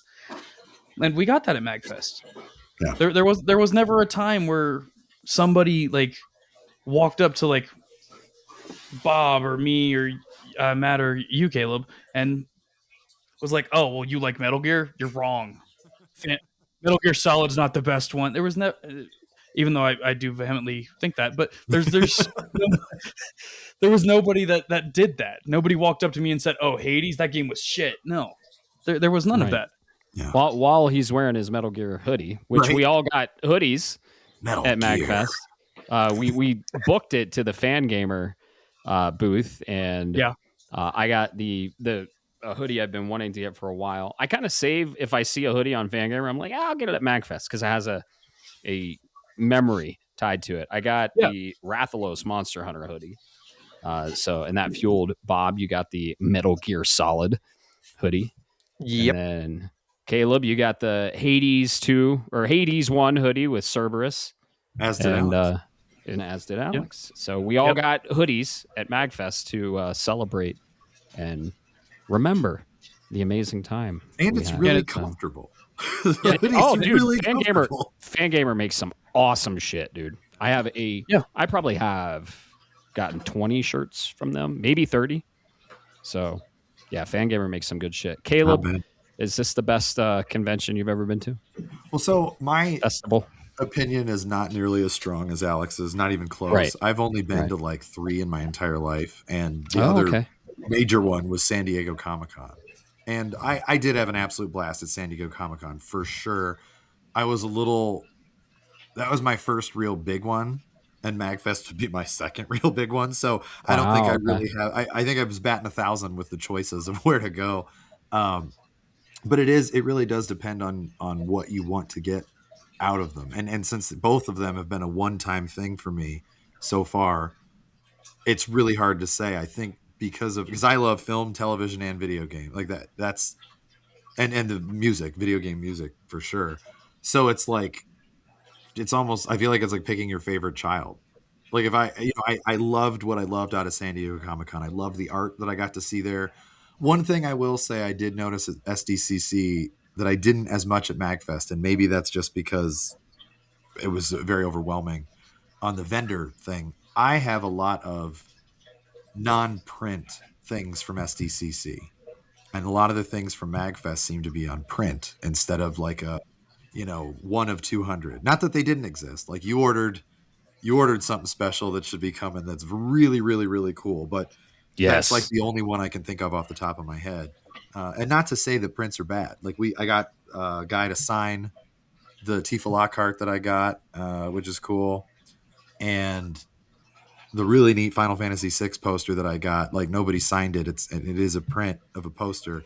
So I would say I would give the tick to SDCC, but that also could have just been luck because I knew an artist that was going to be there, and I went there on purpose. I sought her out, Whereas at MAGFest, I didn't even know what the hell I was getting into in the vendor room other than Fangamer. Like I wasn't sure. Yeah. So it was just kind of walking around aimlessly, and I don't think I can hold that against MAGFest. But the pricing at MAGFest, even though Maryland is overpriced, a lot of this. I mean, one of the things we got, Alex, was what, $20? With like the poster you got of your I think it was not League. The girl who's got like red, the red outfit. I thought that Agano from High School DxD. Yeah, that Yes. anime that I like. that was like $20, right? Yeah. Incredible. At My Hollow Knight SDCC, poster, it would have same been thing. like 70. It would have been Yeah. through the roof. So that's a tick for the MAGFest. But I will say I'm a bit biased in that the music is what puts it over the top for me. Those concerts, the value, and of course the culture and the people, that really is important. But like that was just incredible to not have to pick one concert. I could just go to all of them as long as they were available in the time. Like that was more my call instead of, you only get 2 passes and then after that, fuck you. Right. And that was a really, really neat Mhm. experience. But they're both good. I mean, I recommend both of them to people. But if you like video games, MAGFest is the one for sure. Heck Like yeah. unquestionably. Movies, Yeah. and general anime and comics and stuff, then maybe even though MAGFest is still pretty much better for the value. That's a tough one. It is. I don't blame you, man. I will say maybe this will help if you think about it, because it's 24/7. I want to see the other side of that. Sure. If we can get a room in the Gaylord, We'll instead try. of being like morning to night or late night, see if you can shift that window and see what that place really looks like at night, and kind of see what the night city is kind of like. Go up and get a power nap and then come back down, because we couldn't really go back to the Right. Airbnb and power nap and come back paying for parking and all that. But if you could just go upstairs and be like, I'm gonna sleep for half an hour to an hour and then go back I stayed down. at the Gaylord twice before this. Both times I was at MAGFest, and Ryan and I stayed in the arcade till almost 4 a.m, and Was then that we Super just Monkey went. Ball? Was that the time you Yep. guys played Super Monkey Ball? Yeah, we tried playing Super Monkey Ball, but I got yelled at. That's the only time I got yelled at MAGFest. The only Right. time. And it Right. wasn't really getting yelled at, but it felt like it because everybody else was so nice. yeah, they were doing a speed run and we were in their way. We didn't know that they were doing a tournament. Yeah. But my favorite part of this is Matt sat down and played like 2 fucking levels. They didn't say a word. And Matt's like, here, you give it a shot. I sit down and the lady's like, you're going to have to move. We're about to do a tournament. And I'm just like, but why didn't Matt get yelled at? Why was it just me? I don't know. And you got to play F-Zero AX. Yeah. First time ever. I'd never done that before with the moving chassis, I guess, but I don't know how else to describe it. I did play the 2 hardest levels, so it didn't go quite as well as planned. But the first one was pretty bad. The second one, I started to figure it out and was doing much, much better. But they were the 2 hardest levels. And oops. But whatever. It was a blast anyway. Like, it was really fun to have that experience. And now I have to buy one for my house. No, I'm just kidding. Right. I think there's like 10 in existence. I don't know. But the that vendor won't be room. Right. The vendor room, awesome. Like you said, I got 2 amazing Oriental Japanese style prints on this incredible like papyrus like paper of Okami, Amaterasu, and the Legend of Zelda Twilight Princess, Link in wolf form. Oh man. Fucking these things, you guys, he's not. I'll send it in the Discord. Describe how cool they are. They are so awesome. Cool. I am so jealous. I almost bought them myself, but I was like, these are both Matt, like 1,000% Matt. He needed them. I can't wait for him to get them and frame them and show us pictures when he gets them, because I'm assuming you're gonna post those on the Discord, right? You have. Oh, absolutely. Yeah, I'll post that. I got a picture of them at the booth, and then I'll post them when I get them framed. So they were limited prints, right? I mean, they were 200. 200, it said 200 prints each, and what they were pretty reasonably priced. I mean, they're limited, so they were like 120 for both. 120 for both. Yeah, there was a deal. But once you see them, like they look straight out of fucking Japan. Yeah, it was either 75 or 80 separate, but if you got both, it was 120, and it was like that's a steal as far as I'm concerned for how good they are, Mhm. how the quality, and the woman who was running the booth there that you got to talk to about it. She was Mhm. awesome. She was so Yeah. cool. I was just like, can you make everything that I want in art form and just sell it to me? Because you seem nice and Yeah, we good. got all the cards, and I mean, we'll be crediting the artists. We have like their handles and their names, and you can get this stuff online too. So yeah, the vendor room was amazing. It usually is. That final the book section and all the Final Fantasy figures. I saw Yeah. Caleb in there like drooling. He's like, oh, I and then wanted to just run my hands down the shelf like it's supermarket sweep and just take all the things, but right, that's right, and expensive. So yeah, couldn't do that. and But it Bob, you was got some very cool cool. shit from the vendor room. Yeah, got an amazing print. I'm going to go ahead and from the same place that you got yours, Caleb, a Final Fantasy 8 one. So I'm trying to get that onto a frame, probably maybe this weekend, so Yeah. that way I can send a really good quality picture. A couple of more, pint glasses. I love my glass pint glasses. Both from League characters that I absolutely love, and it's amazing because these are the laser etched, so I don't have to worry about a print rubbing off, so I can throw it in the dishwasher. Was that this guy? You can look at your Yep, screen. that's that guy. Yep. Yeah, because I Clinks need to Drinks buy. glass. Oh, go ahead and say it again, Matt. Sorry, I was talking over you. Clinksdrinks.com with a C. Clinks Drinks. They were Yep. so cool in person, guys. Like Yeah. so fucking cool. If you liked the Yeah. characters that they did, and Yeah. they're coming out with a new glass. I'm not going to say anything on here because I don't want you guys to buy it before I do. Like, I'm going to buy it when it's out. It's really cool. They had a glass I almost got. They had two I almost got. And one was on one side there was Clive, and on the other side it was Ifrit. And then the other one side was Cloud, the other side was Sephi. I mean, I almost got them. I I have almost- so many glasses, though. I have so many glasses. Yeah, I but was- you wouldn't have these ones. I know. It's true. I might maybe actually I'll grab order. them. Part of the Yeah. reason I didn't buy them was I thought the price was pretty fair because I believe it was 2 for $50, and it's laser engraved, laser etched, dishwasher safe, like all that, which is wonderful. Pretty good quality glass from what I could tell. But I was like, if you could just ship them to my house, Right. I don't have to deal with them breaking. Like, well, it was a good thing because the morning we were leaving, remember my bag fell out of the car. And John Yeah. was like, hey, was there anything important in that? Because it just took a shit on the floor. I probably would have had the glasses in there, so that would have been it. Oh shit. Okay. Oh yeah. Yeah, I'm probably gonna buy like four of them. I think the Cloud and Sephi for sure. The Freak Oh, yeah. and Clive for sure. The other one when it's ready for sure. And then I don't know about number 4 yet. They had a Jill and Shiva, which was That's awesome. probably the one. That's probably And the a Sid and Ramu. Yeah, I mean, one. All right, dude, I'm gonna buy you 5 gotta- then. Fuck. You gotta get the set. Yeah, I would they love to gotta see get the it. other summons from 16 too. I've got to get Oh. the entire League of Legends line. Heck yeah. Oh, Alex is going broke on these glasses. Yeah, There's right? a lot of League of Legends characters. Yep. They did have a lot of League ones. I'm not going to get the entire thing though, but like a few of them, like they had Star Guardian Ari. That's a character I play. Star Guardian Misfortune, a character I main actually. Yeah. Very cool. There was the Y'shtola, like metal thermos. I'm going to end up ordering one of those. She's my girl from Final Fantasy 14. Just a little nerd shit. She's Oh, best yeah. girl Full 14, conventionalist. man. She's Y'shtola She's is the main amazing. character. I don't care that your character bestest plays the girl. main Yeah, character. no, She's the Y'shtola main is the character. one. She's great. Oh I'm yeah, looking at her right now on my shelf, staring at me and telling me how great she is. that must be nice. So the can't Mega see Man me, X theme, the Mega Man X theme was pretty prominent, right? We got a lot of music Yep. around Mega Man. The maps were really cool, and they were like Mega Man S. They had the entire lore. Dude, you got to tell people about your swag. Oh, so Caleb. they have a normal, like your badge, so that you can get into, so they know that you've actually paid for it and all that. Sure. But you can get a tier up that has a swag. And I didn't really know what that meant when I was doing it, but it came with other stuff too, like a water bottle and a pin and just fun stuff like that.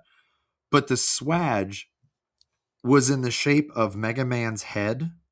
It's like, and it was heavy. I mean, it's a full ass, like, I don't want to like downplay it, but, and I don't want to oversell it. It's like a mini console. like a little mini console, game console. It is, They yeah. have preloaded games on there, not real ones. Like they're made for this, but they worked pretty well. And there's like a whole LED light thing that you can set up when that takes in external audio and puts it in a little light reaction. That's the best description I can give.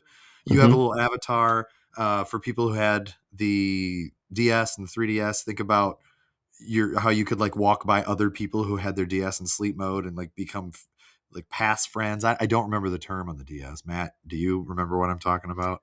What it was called? The me? Was it just the me on the Yeah, DS? I think But so. like if you walked by somebody playing the same game that you were The playing, Street you could Pass like thing. become friends. Street Pass, yeah. So it was kind of like that with the Oh, dude. swag. People will bring their 3DSs to MAG just to get a ton of Street Passes. I saw so many people on their 3DSs. Yeah, I didn't even think about that. Oh yeah, but there was a lot of them hanging out by the Chiptunes area actually. Yeah. because it was a nice little hangout spot. Yeah, that's where you get all the Street Passes. But it was cool because like I turned it on the first day, did not know what the hell I was doing, and it was just like make your little avatar and do this, and I looked ridiculous because of course I did. But the second night, I turned it on at the Airbnb to see like how many friends or whatever, and it was like they had little trophies that popped where it was like you got your first friend on there, you got your first whatever, you finished the stage, you listened to a concert with this mode. But when I turned it on, just trophies kept popping because it was like 1 friend, 5 friend, 100 friends, 1,000 friends, and it just kept going. I was like, holy shit! And those are the people that got swagges. But It's I guess all every custom, year they do a unique one. Like this year Yes. was Mega Man X theme, so it looked like X's helmet, like his head and his helmet, and there's like a little LCD screen on there. And, last year for the Sonic theme, it was a chili dog. Oh, that's great. Yeah. But it's got a USB-C port on it, so I know that I could plug it in and kind of tinker, just to see now that MAGFest is over. But it ran on 3 AA batteries, and it quite literally lasted until the very end. Like we were on our way out of the building on the last day when it finally just died. Yeah, and you had it on the whole time. Yeah, I had it on the entire time except for when we went back to the Airbnb. Sure. But the only problem I had with it was a little heavier than the other badge. So yeah, but so what? It was cool, and right. I got to light up when I was in concerts and shit, which was just a neat little thing. And would you get it again? Oh yeah, I mean, it depends on the theme. I will say it depends on the theme. Like I love Mega Man X. I love Mega Man and Mega Man X music, so I was like, yes. Not to say I don't have a special place in my heart for a lot of video games, but like a game I like a lot, like I like Castlevania quite a bit. Yep. I would have to see what the swag would be before I would be an instant buy. The Mega Man one, I was just like, I'm getting it. I don't give a fuck what it looks like. Right. Like, yeah. It could be Mega Man's penis, and I'd be like, great, let's do this. I'll carry that around. But for Castlevania, I would want to see it first and just be like, is it worth it? Does it look like I don't know, Simon Belmont's whip coiled up, or does it look like Dracula's face? Like I'd like to know. A Bible. Actually, that'd be pretty. Actually, yeah, that would be a good one. Or like a magic tome for Maria, or is it Sophie? Whatever, what I'm talking about. Yeah, like that'd be neat. But what about you guys? I mean, would you, now that you've seen it and you know what it is, Bob and Alex, does that interest you at all? Or are you just like, I don't need that? Yeah, I think I got to see it. Yeah. Like it's interesting in concept, but I need to see the theme next time, like you said. I don't want to be like, yeah, I'm going to say day one, and then it's, I don't know, man. It's Pikmin theme or something. I'm just throwing something out my ass, and then as versus like if they did a Halo one, oh, okay, a Master Chief helmet. You Master Chief helmet. That's a definite. That'd be a day one. Yep, dude. They haven't done Halo, Metal Gear Solid, and Metal Gear, and Resident Evil. Those are glaringly obvious, huge IPs they've never done. Pikmin, I think they do MAGWest and MAGStock. So they do one out on the... Yeah, MAGStock, I think this year is supposed to be Pikmin. Yeah, and then MAGWest is Undertale. So, that's cool. Yeah, we'll find out the theme probably sometime August. Dude, when I heard it was Mega Man X, Ryan and I lost our shit. And I immediately texted you guys, and I was like, Gah! It's Mega Man X! And Bob, you were like, count me the fuck in. I'm going. Count me in. Had to do it. Yeah. I wonder if I'm in the minority here. I feel like it would be really cool if they did an Uncharted or a Tomb Raider. Yeah. I think because Uncharted has really good music. Yep. Tomb Raiders is good. I don't think it's quite as recognizable as Uncharted, but an adventure game, like, just a fun adventure game to have that kind of theme would be cool. They usually stick with like older stuff. Yeah, it seems like it. Yeah. So last year they did Sonic. The year before that they did Metroid Prime, which is GameCube. So the original Tomb Raider was only a few years behind Mega Man X. Yeah. I mean, we're old. Yeah. Like, remember that. remember but OG Tomb Raider was a while ago. Oh. Yeah. I mean, yeah, but are we all four gonna buy a swag shaped like fucking polygon titties? Yeah. Yep. I absolutely would. Are you kidding me? That's day one. My wife doesn't come with me to MAGFest, so I gotta something to remember her by while I'm gone for 4 days. Yep. Well, my wife will be coming with me next year for MAGFest, so I don't know about that one. She'll probably be like, "You got to get that. Yeah. You better get that for both of us." Yeah, for me, the swag would entirely depend on like what's the IP. Sure. Because like I don't get me wrong, I love a lot of old video games. The Mega Man one wasn't gonna get me. If it were like Final Fantasy though, like if we got like a little like wind crystal, like or a something crystal. like that, Yeah, the tail of the crystal would be. That's what you got to do. Yeah. Immediately. Heck yeah. I'm so glad you guys went your first year. I'm so glad you loved it. Bob, your favorite con of all time? Oh Favorite yeah, convention? absolutely, dude. This Going back next year. 100% nailed it. The community, the way it's ran, there really was not any complaint from the convention standpoint itself. So absolutely loved it. Let's see what the theme is next year. Maybe we could be ranting and raving the same way we are in 12 months. Yeah. I mean, you never know. Yeah, it's always exciting to see what the themes they announce. I think they announced the theme of this MAGFest around August of 2025.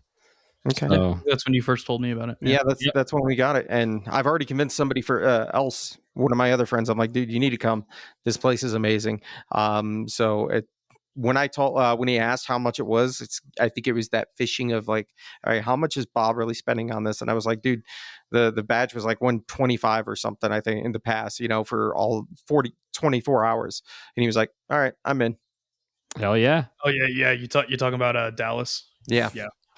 Dude, I'm excited. Next year, I want to play League. I want to be part of the League tournaments. After watching how dog water those people were, I have to shit on them. I have to. I need Bob and Dallas there to do it, though. Maybe Dallas can be our core.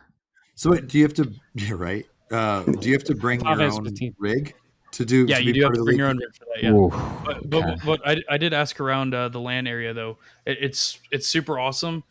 You bring it on the first day. They tag it. I don't know if you guys remember. They tagged my laptop when I walked in with it. Mm-hmm. They tag it and they can secure it there in the facility. Yeah. Oh, cool. So you don't have to fuck with it every day. Get to it. Yeah. Nobody can get to it. Any of that. You don't have to pick it up until you're ready to leave. That's Nice. kind of cool. Yeah. Yeah. The PC room was really cool. We walked around and just looked at all these PCs. There was one that was like fucking 3D printed. It looked like a Minecraft Bowser's airship from Mario 3. It was really cool. Yeah, I do have photos of that one too. I can put those in the MAGFest chat. Yes, yeah, we will be putting all of our photos in the MAGFest channel, so keep an eye out. And if you're interested in MAGFest, ask us questions about us. Ask us questions about it, not us. But or we can share our experience. Yeah, that's true. That's true. We can share our experience even further on Discord. Let's have a chat about it. Let's have a conversation about it. So we all loved it. This was my third MAGFest. Your guys' is first. And man, I'm so happy you guys got to experience that. And I had a blast with you guys and couldn't have asked for a better crew, man. Yeah, no, it really was pleasant, So I will fully admit I was like, how's this dynamic going to work after like 4 days? Sometimes people just fucking hate each other after 4 days. Right. And that, I mean, human nature, sometimes that happens, but sure. I was like, man, this could go either way. Who knows? Because also it wasn't just us. We were going to be with there were what 10 of us staying in that Airbnb. I Yeah, think 6 other people. Yeah. Yeah. And so I was just like, there's got to be somebody who pisses me off, or the other way around, who I walk in and they're just like, fuck you, I don't like you. Did not happen. Did not happen at all, which was awesome. Like that. Very that was, cool. because everybody can rub somebody the wrong way. Like you never know. You could say something or the right way.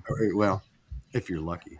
But no, I really, really was thankful that everybody was cool. Everybody was chill. I mean, shit. Even one of the nights we came home and we were loud and annoying. I know we were, and they weren't mad about it. The next morning, it's just like, no, you guys were having fun. You're on vacation. It's fine. It's like, sorry, we didn't shut the fuck up and kept you awake for an extra 3 hours when you're already exhausted. And start drinking. They weren't mean about it, and that was cool. That was just very cool that people were understanding. And the other way around, if somebody came upstairs and used our bathroom while we were trying to sleep, it wasn't like, oh, I hate you. It's just like, it's like everyone's just there to have a good time. They're on vacation. They're there to celebrate the best damn art form ever created, in my opinion. And can we take another minute to praise Jen for her fucking badass cosplay? Dude. Like, you told us before that she was like the best Samus that you've ever seen. And being able to see that up close. Mm-hmm. Well, I mean, from far away, it was amazing, but up close was just like the detail, the attention to detail. Yeah. And I mean, am I allowed to mention her Hornet head crown? I don't know what I call it. Mask. Yeah. Cultured swine play the game. But the work that she did on that, the attention to detail, and like just the things that she did to make it go that extra step, like she's incredible. Like that's awesome. And not like so full of herself, like she was such a cool person. Humble. On top of that, very humble, super cool. And I her really handle on Instagram is @SpaceBabeCosplay. Space Babe Cosplay. Yep. Like all one word, no underscores or anything. Okay. Correct. Okay. Yeah. So I don't have an Instagram, but I might make one just to follow her on there and just be like, hey. Oh, yeah. So you're not following Shapes of Gaming on Instagram? I didn't even know you guys had an Instagram. I'm sorry. Oh, sorry. You know how you would know that? Every fucking show. Yeah. Where do people go to find that, Bob? Shapesofgaming.com. But I still remember Linktree. It's like that. So I kind of check out when you're doing your thing because I don't want to. That's so 2025. I know it is. It's fucking old school. All this effort I do for the Instagram, and Caleb don't even care. That's crazy. Shout out to Alex. I hate social media. I'm sorry. I mean, it's necessary. Same here. I'm not even. Gotta do it. That's why we were like, Alex, can you do this? Because Bob and I fucking hate social media too. I'm just bad. You think I like social media either? It's like I just use big words and exclamation points, and people like it. There you go. I mean, that works. But yeah, right. So for those of you that are like me and didn't know, check out their Instagram, Shapes of Gaming. Dumbass. Yeah, shapesofgaming.com. It shows the Twitch, the Instagram, Facebook, where you can listen to the fucking podcast and subscribe to it. So yeah, see, that's what I know. On Twitch. I'm like Spotify, Apple Music, and then I check out. I don't need the rest of the shit. Yeah, I can just fucking call you guys. I don't know. Yeah, exactly. We literally have a direct connection. You're in like 5 fucking groups with me. we literally have a group, Shapes of MAGFest, that you created. So yeah. Awesome. Yeah, dude. MAGFest. I told Bob every time I leave MAGFest, I'm excited to go back the next year. Yeah. Oh yeah, same here. I'm looking forward to the next year. So MAGFest is just a super special place. And shout out to Ryan Barrett. Yeah. He introduced me to this wonderful place. He was asking me for 5 fucking years to go. And my trips were usually I was going to PSX and the Game Awards. And that's in December. MAGFest is in January. And I kind of had to choose. And I had always was like, I can't go. And he was like, dude, you're going to love it. You're going to love it. It's the best convention / festival I've ever been to. It tops PSX. Even though PSX was amazing, it tops it. And I'm really sad that I didn't go when he was hyping it up. So I finally went when he was like, dude, you got to come to MAGFest. It's Metroid Prime themed. And I literally run the biggest Metroid fan site on the web. You got to come. And I'm like, I got to go. Yeah. So you made the right choice. Right. And then when I did, I was like, oh my God, dude, I know you were hyping this up, but I had no idea. And he's like, I know. Like, what have we been doing with our lives, right? Right. Because this is the 26th one. So I mean, wow. they've had a lot of them. So yeah. I do have a question, that not to end on a downer, because we knew we weren't going to do everything, right? Mhm. But if you had one regret, one thing that you regret about this trip, big or small, like that you didn't get to do at MAGFest or whatever, what would it be? Start with you, Matt. Yeah. That's really easy. By the way, it's the 23rd one. So the next one is the 24th. It's very easy. Something I usually do every year, and something I am gravely upset that we missed. Probably the highlight of MAGFest usually, and that's the community orchestra in the atrium. Yeah. Saturday morning. We were all just, we had been out for we were out late, and we came back, and we just all slept in, and we didn't make it. It was we didn't 10 even think about it really.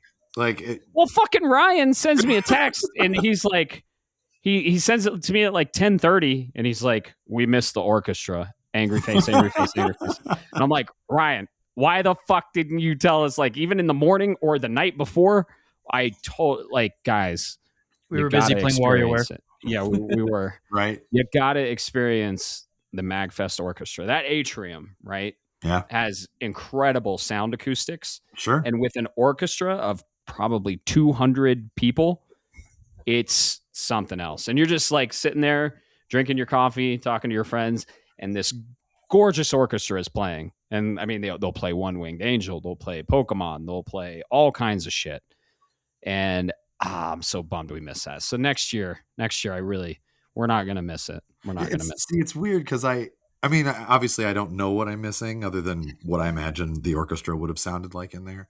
Yeah. And I can't be upset because of the 8 concerts we did go to. Right. But you're right. Like, that would have been super cool to see too. I would have just eaten it up. It's just the acoustics. Yeah. The acoustics are so unique in the atrium. So we kind of saw a little bit of it at the Belvedere. There's a little bar, but it's nothing compared to like the 200, maybe even 300. I'll send you a picture of the orchestra last year.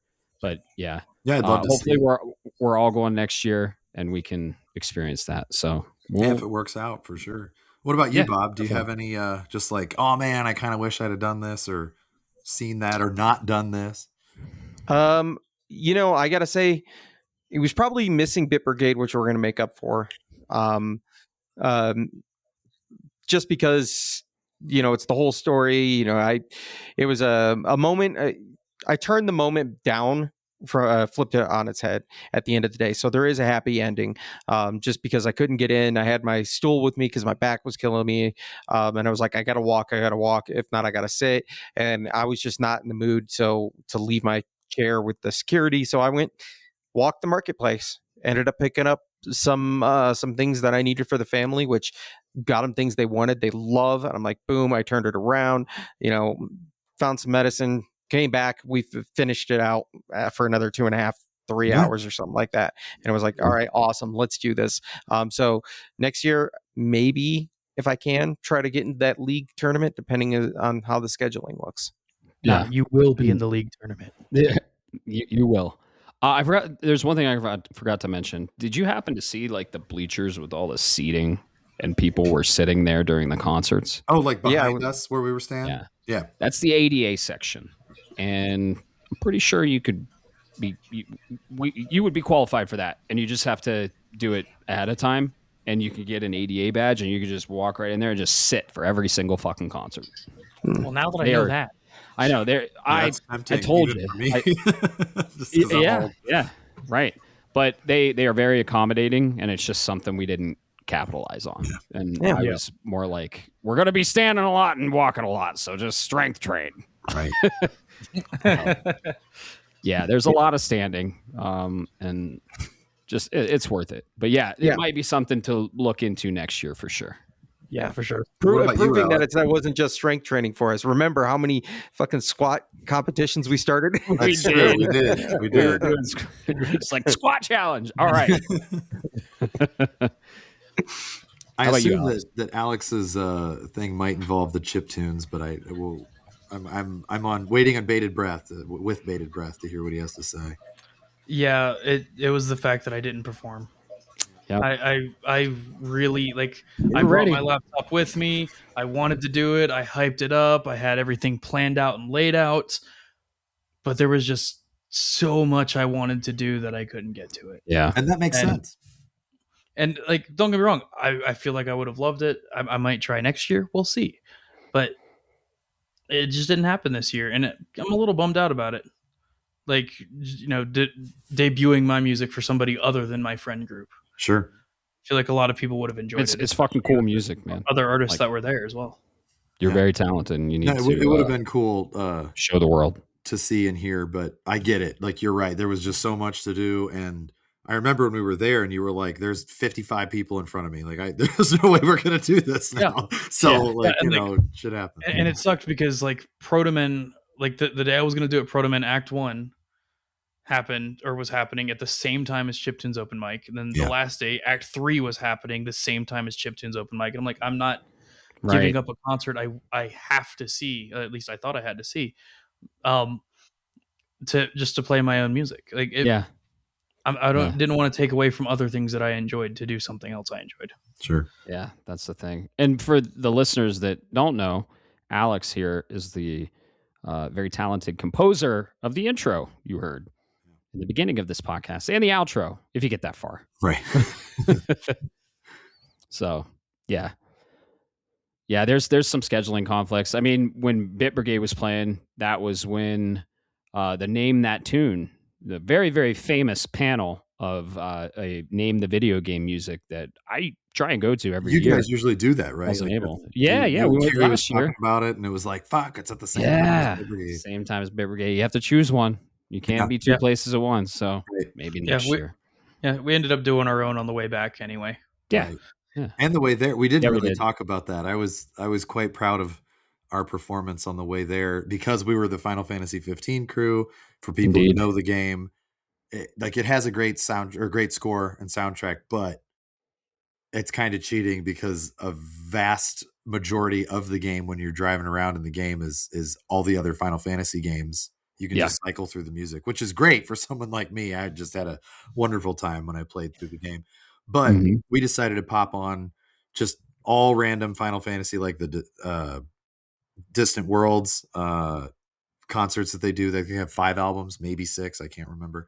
But it turned into a bit of a Name That Tune. That was like, Caleb, what's this one from? And it'd be like, oh, that's Final Fantasy Oh, 5's yeah. overworld theme. And sometimes they would go to the thing and it would like not be the full title, and it would just be like, wait, and it would scroll over and be like, God damn it, it is the Final Fantasy. But it was really cool how accurate. Yep. That was fun. I was proud of myself for that. But Final Fantasy is my We're bread down them. with the Oh, music, yeah. So Yeah, it is. How but- about you? the What was one, your- and this is gonna sound like bullshit because it's very minor. I really still don't know cosplay etiquette. I don't say that like as a creepy person. I mean, just, I didn't know Cosplay isn't consent. going up to somebody and being like, hey, can I take your picture or whatever, like that. I've learned that this time when they're not, in a photo shoot situation. Like if they're just standing there walking by you, like I guess it's not weird to do that. And I don't know that world as well. So I'm going to spoil one thing. We saw this amazing Esquier from Claire Obscure. And I am so upset that I did not ask him for a hug because Right? apparently he was giving hugs to people. Like if you went up, and I said Mon Ami to him when I walked by, and he like looked over and like waved his hand or whatever. But had I known that wouldn't have been weird to ask, because everybody wants to hug Esquier. And if you guys can see, you'll see when we post the photos, this Esquier was fucking awesome. It was so detailed. It was so rotund. It was so good. And I do actually regret that I didn't have the balls to just be like, to just try, Also, it's because I wasn't cosplaying. That's not my thing. I felt like maybe that'd be weird if I went up to him as like if I was dressed as Verso, I feel like I would have asked him that. It would have been fine. Heck yeah. But the fact that I was And just for wine. some fucking, you're right. But the fact that I was just some fucking guy, I just didn't even think about it. And then later on, come to find out that he was giving hugs to people, and I was like, son of a bitch. Like that would have been That would have been cool. That seems like such a minor complaint, or not complaint, like a regret, but that is something I regret because the rest of it, I mean, Ryan's rule of don't expect to do everything. He wasn't kidding. I am not upset with anything that we did do or didn't do. Sure, I'm bummed we missed the Atrium concert, but I'm not going to lose sleep over it. I got to see all like the other 8 performers, and we got to play. Mhm. We got to hang out with some good people. Like it was a really good time. So, and there were some pretty sexy 2Bs there. I'm just gonna say. Oh yeah, among other cosplayers, but indeed. yeah, wide array Some of sexy hornets. characters. Yeah, I mean, we know how you feel about that bug. We all know how you He'd feel. fuck that bug. He'd fuck that bug. But no, I mean, and men and women, like a lot of good male costumes too. I don't just say that as like a creep. Just the amount of work that people put into these things, and we've seen cosplay before, but boy, this covered the whole gamut of just people being very clever with their body types and sizes, like people leaning into things that you might think, well, that's not going to work out, and like, no, they made it work out, or they geared themselves towards like, I could really pull this off. We saw some really awesome Dantes and ladies. We saw really good Virgil from Devil May Cry, if you recall the one that like, I swear to God, it was a real Yamato. Like it was just it was really slick. I thought, is he allowed in here with that? Saw some good Cloud and Steffi's. Good Clive, really good Clive. Yep. So you guys will see the picture of my personal favorite of the entire show was this guy who did Mega Man X pre-upgrade. Like it was the beginning of X, what he looks like. He had like a chrome finish. It was nuts. I don't know how the hell he did it all day. Took him an hour and a half to get downstairs because he had to take baby steps. But dude, this thing was fucking great. The guy was in character the whole time. Can't wait for other people to see it. It was really cool. So a lot of respect for that. That whole part of the world of conventions that I just don't understand. I mean, I like cosplayers. I just don't. I don't know how people do that. I am not creative in that way at all. Very carefully. Right. Yeah. I mean, you guys know, Alex, you do stuff for you and your wife. Like, that's awesome. If somebody tasked me with doing that, I think I would like look for a wig and then I'd be like, I'm done. I don't know what the fuck I'm doing. I can't do anything else. Like, it's just, it's a mad respect for the people that do that. So that was cool. Definitely. Why didn't I hug Esquier? Damn it. Oh, man, I should. Why didn't I cut him open and drink wine out of his body? Right. Next year. MAGFest, a special, amazing place that we all loved. And we're gonna post pictures on it, and hopefully people comment and ask questions, and maybe we'll see you there next year. And when we find out the theme and when we get more information, we'll share it. And we'll probably do a pre-MAGFest episode. We talked a lot about MAGFest leading up to MAGFest, and now it's over, and we're looking forward to the next year. So, what do you say we get the hell out of here? Yep. Sounds good to me. Cool. Any closing thoughts? Any other things you wanted to talk about regarding MAGFest before we wrap this up?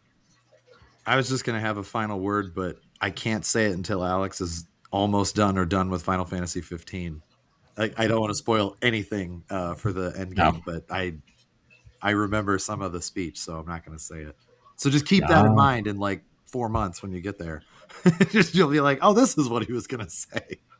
I'll be there this weekend. Aside from like Aurora and I are checking out a wedding venue this weekend. Aside from that, I am playing and streaming 15 all weekend. I will probably have it finished this weekend. Beautiful. Yeah. I'll be watching. Yeah, it's been fun watching.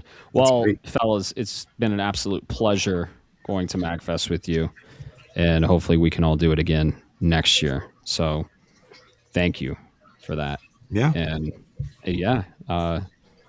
that was fun. That was a blast. It was an amazing vacation. I needed that. And here's to the next year and the next year of games. So keep gaming and keep that conversation going, and hop on our Discord. Have a chat with us. Peace. Sounds good. Peace. Shapes of Gaming is a podcast shaped around gaming and, most importantly, our community. That's you. It is written, created, and recorded in beautiful Colorado Springs, Colorado, by me, Matt Stenson, and my good friend Bob Harriman. If you would like to be part of this amazing community, be sure to like, subscribe, or follow us on all the social media platforms or the podcast app of your choice. Thanks so much for listening, and always remember, keep the conversation going, and most importantly, keep gaming.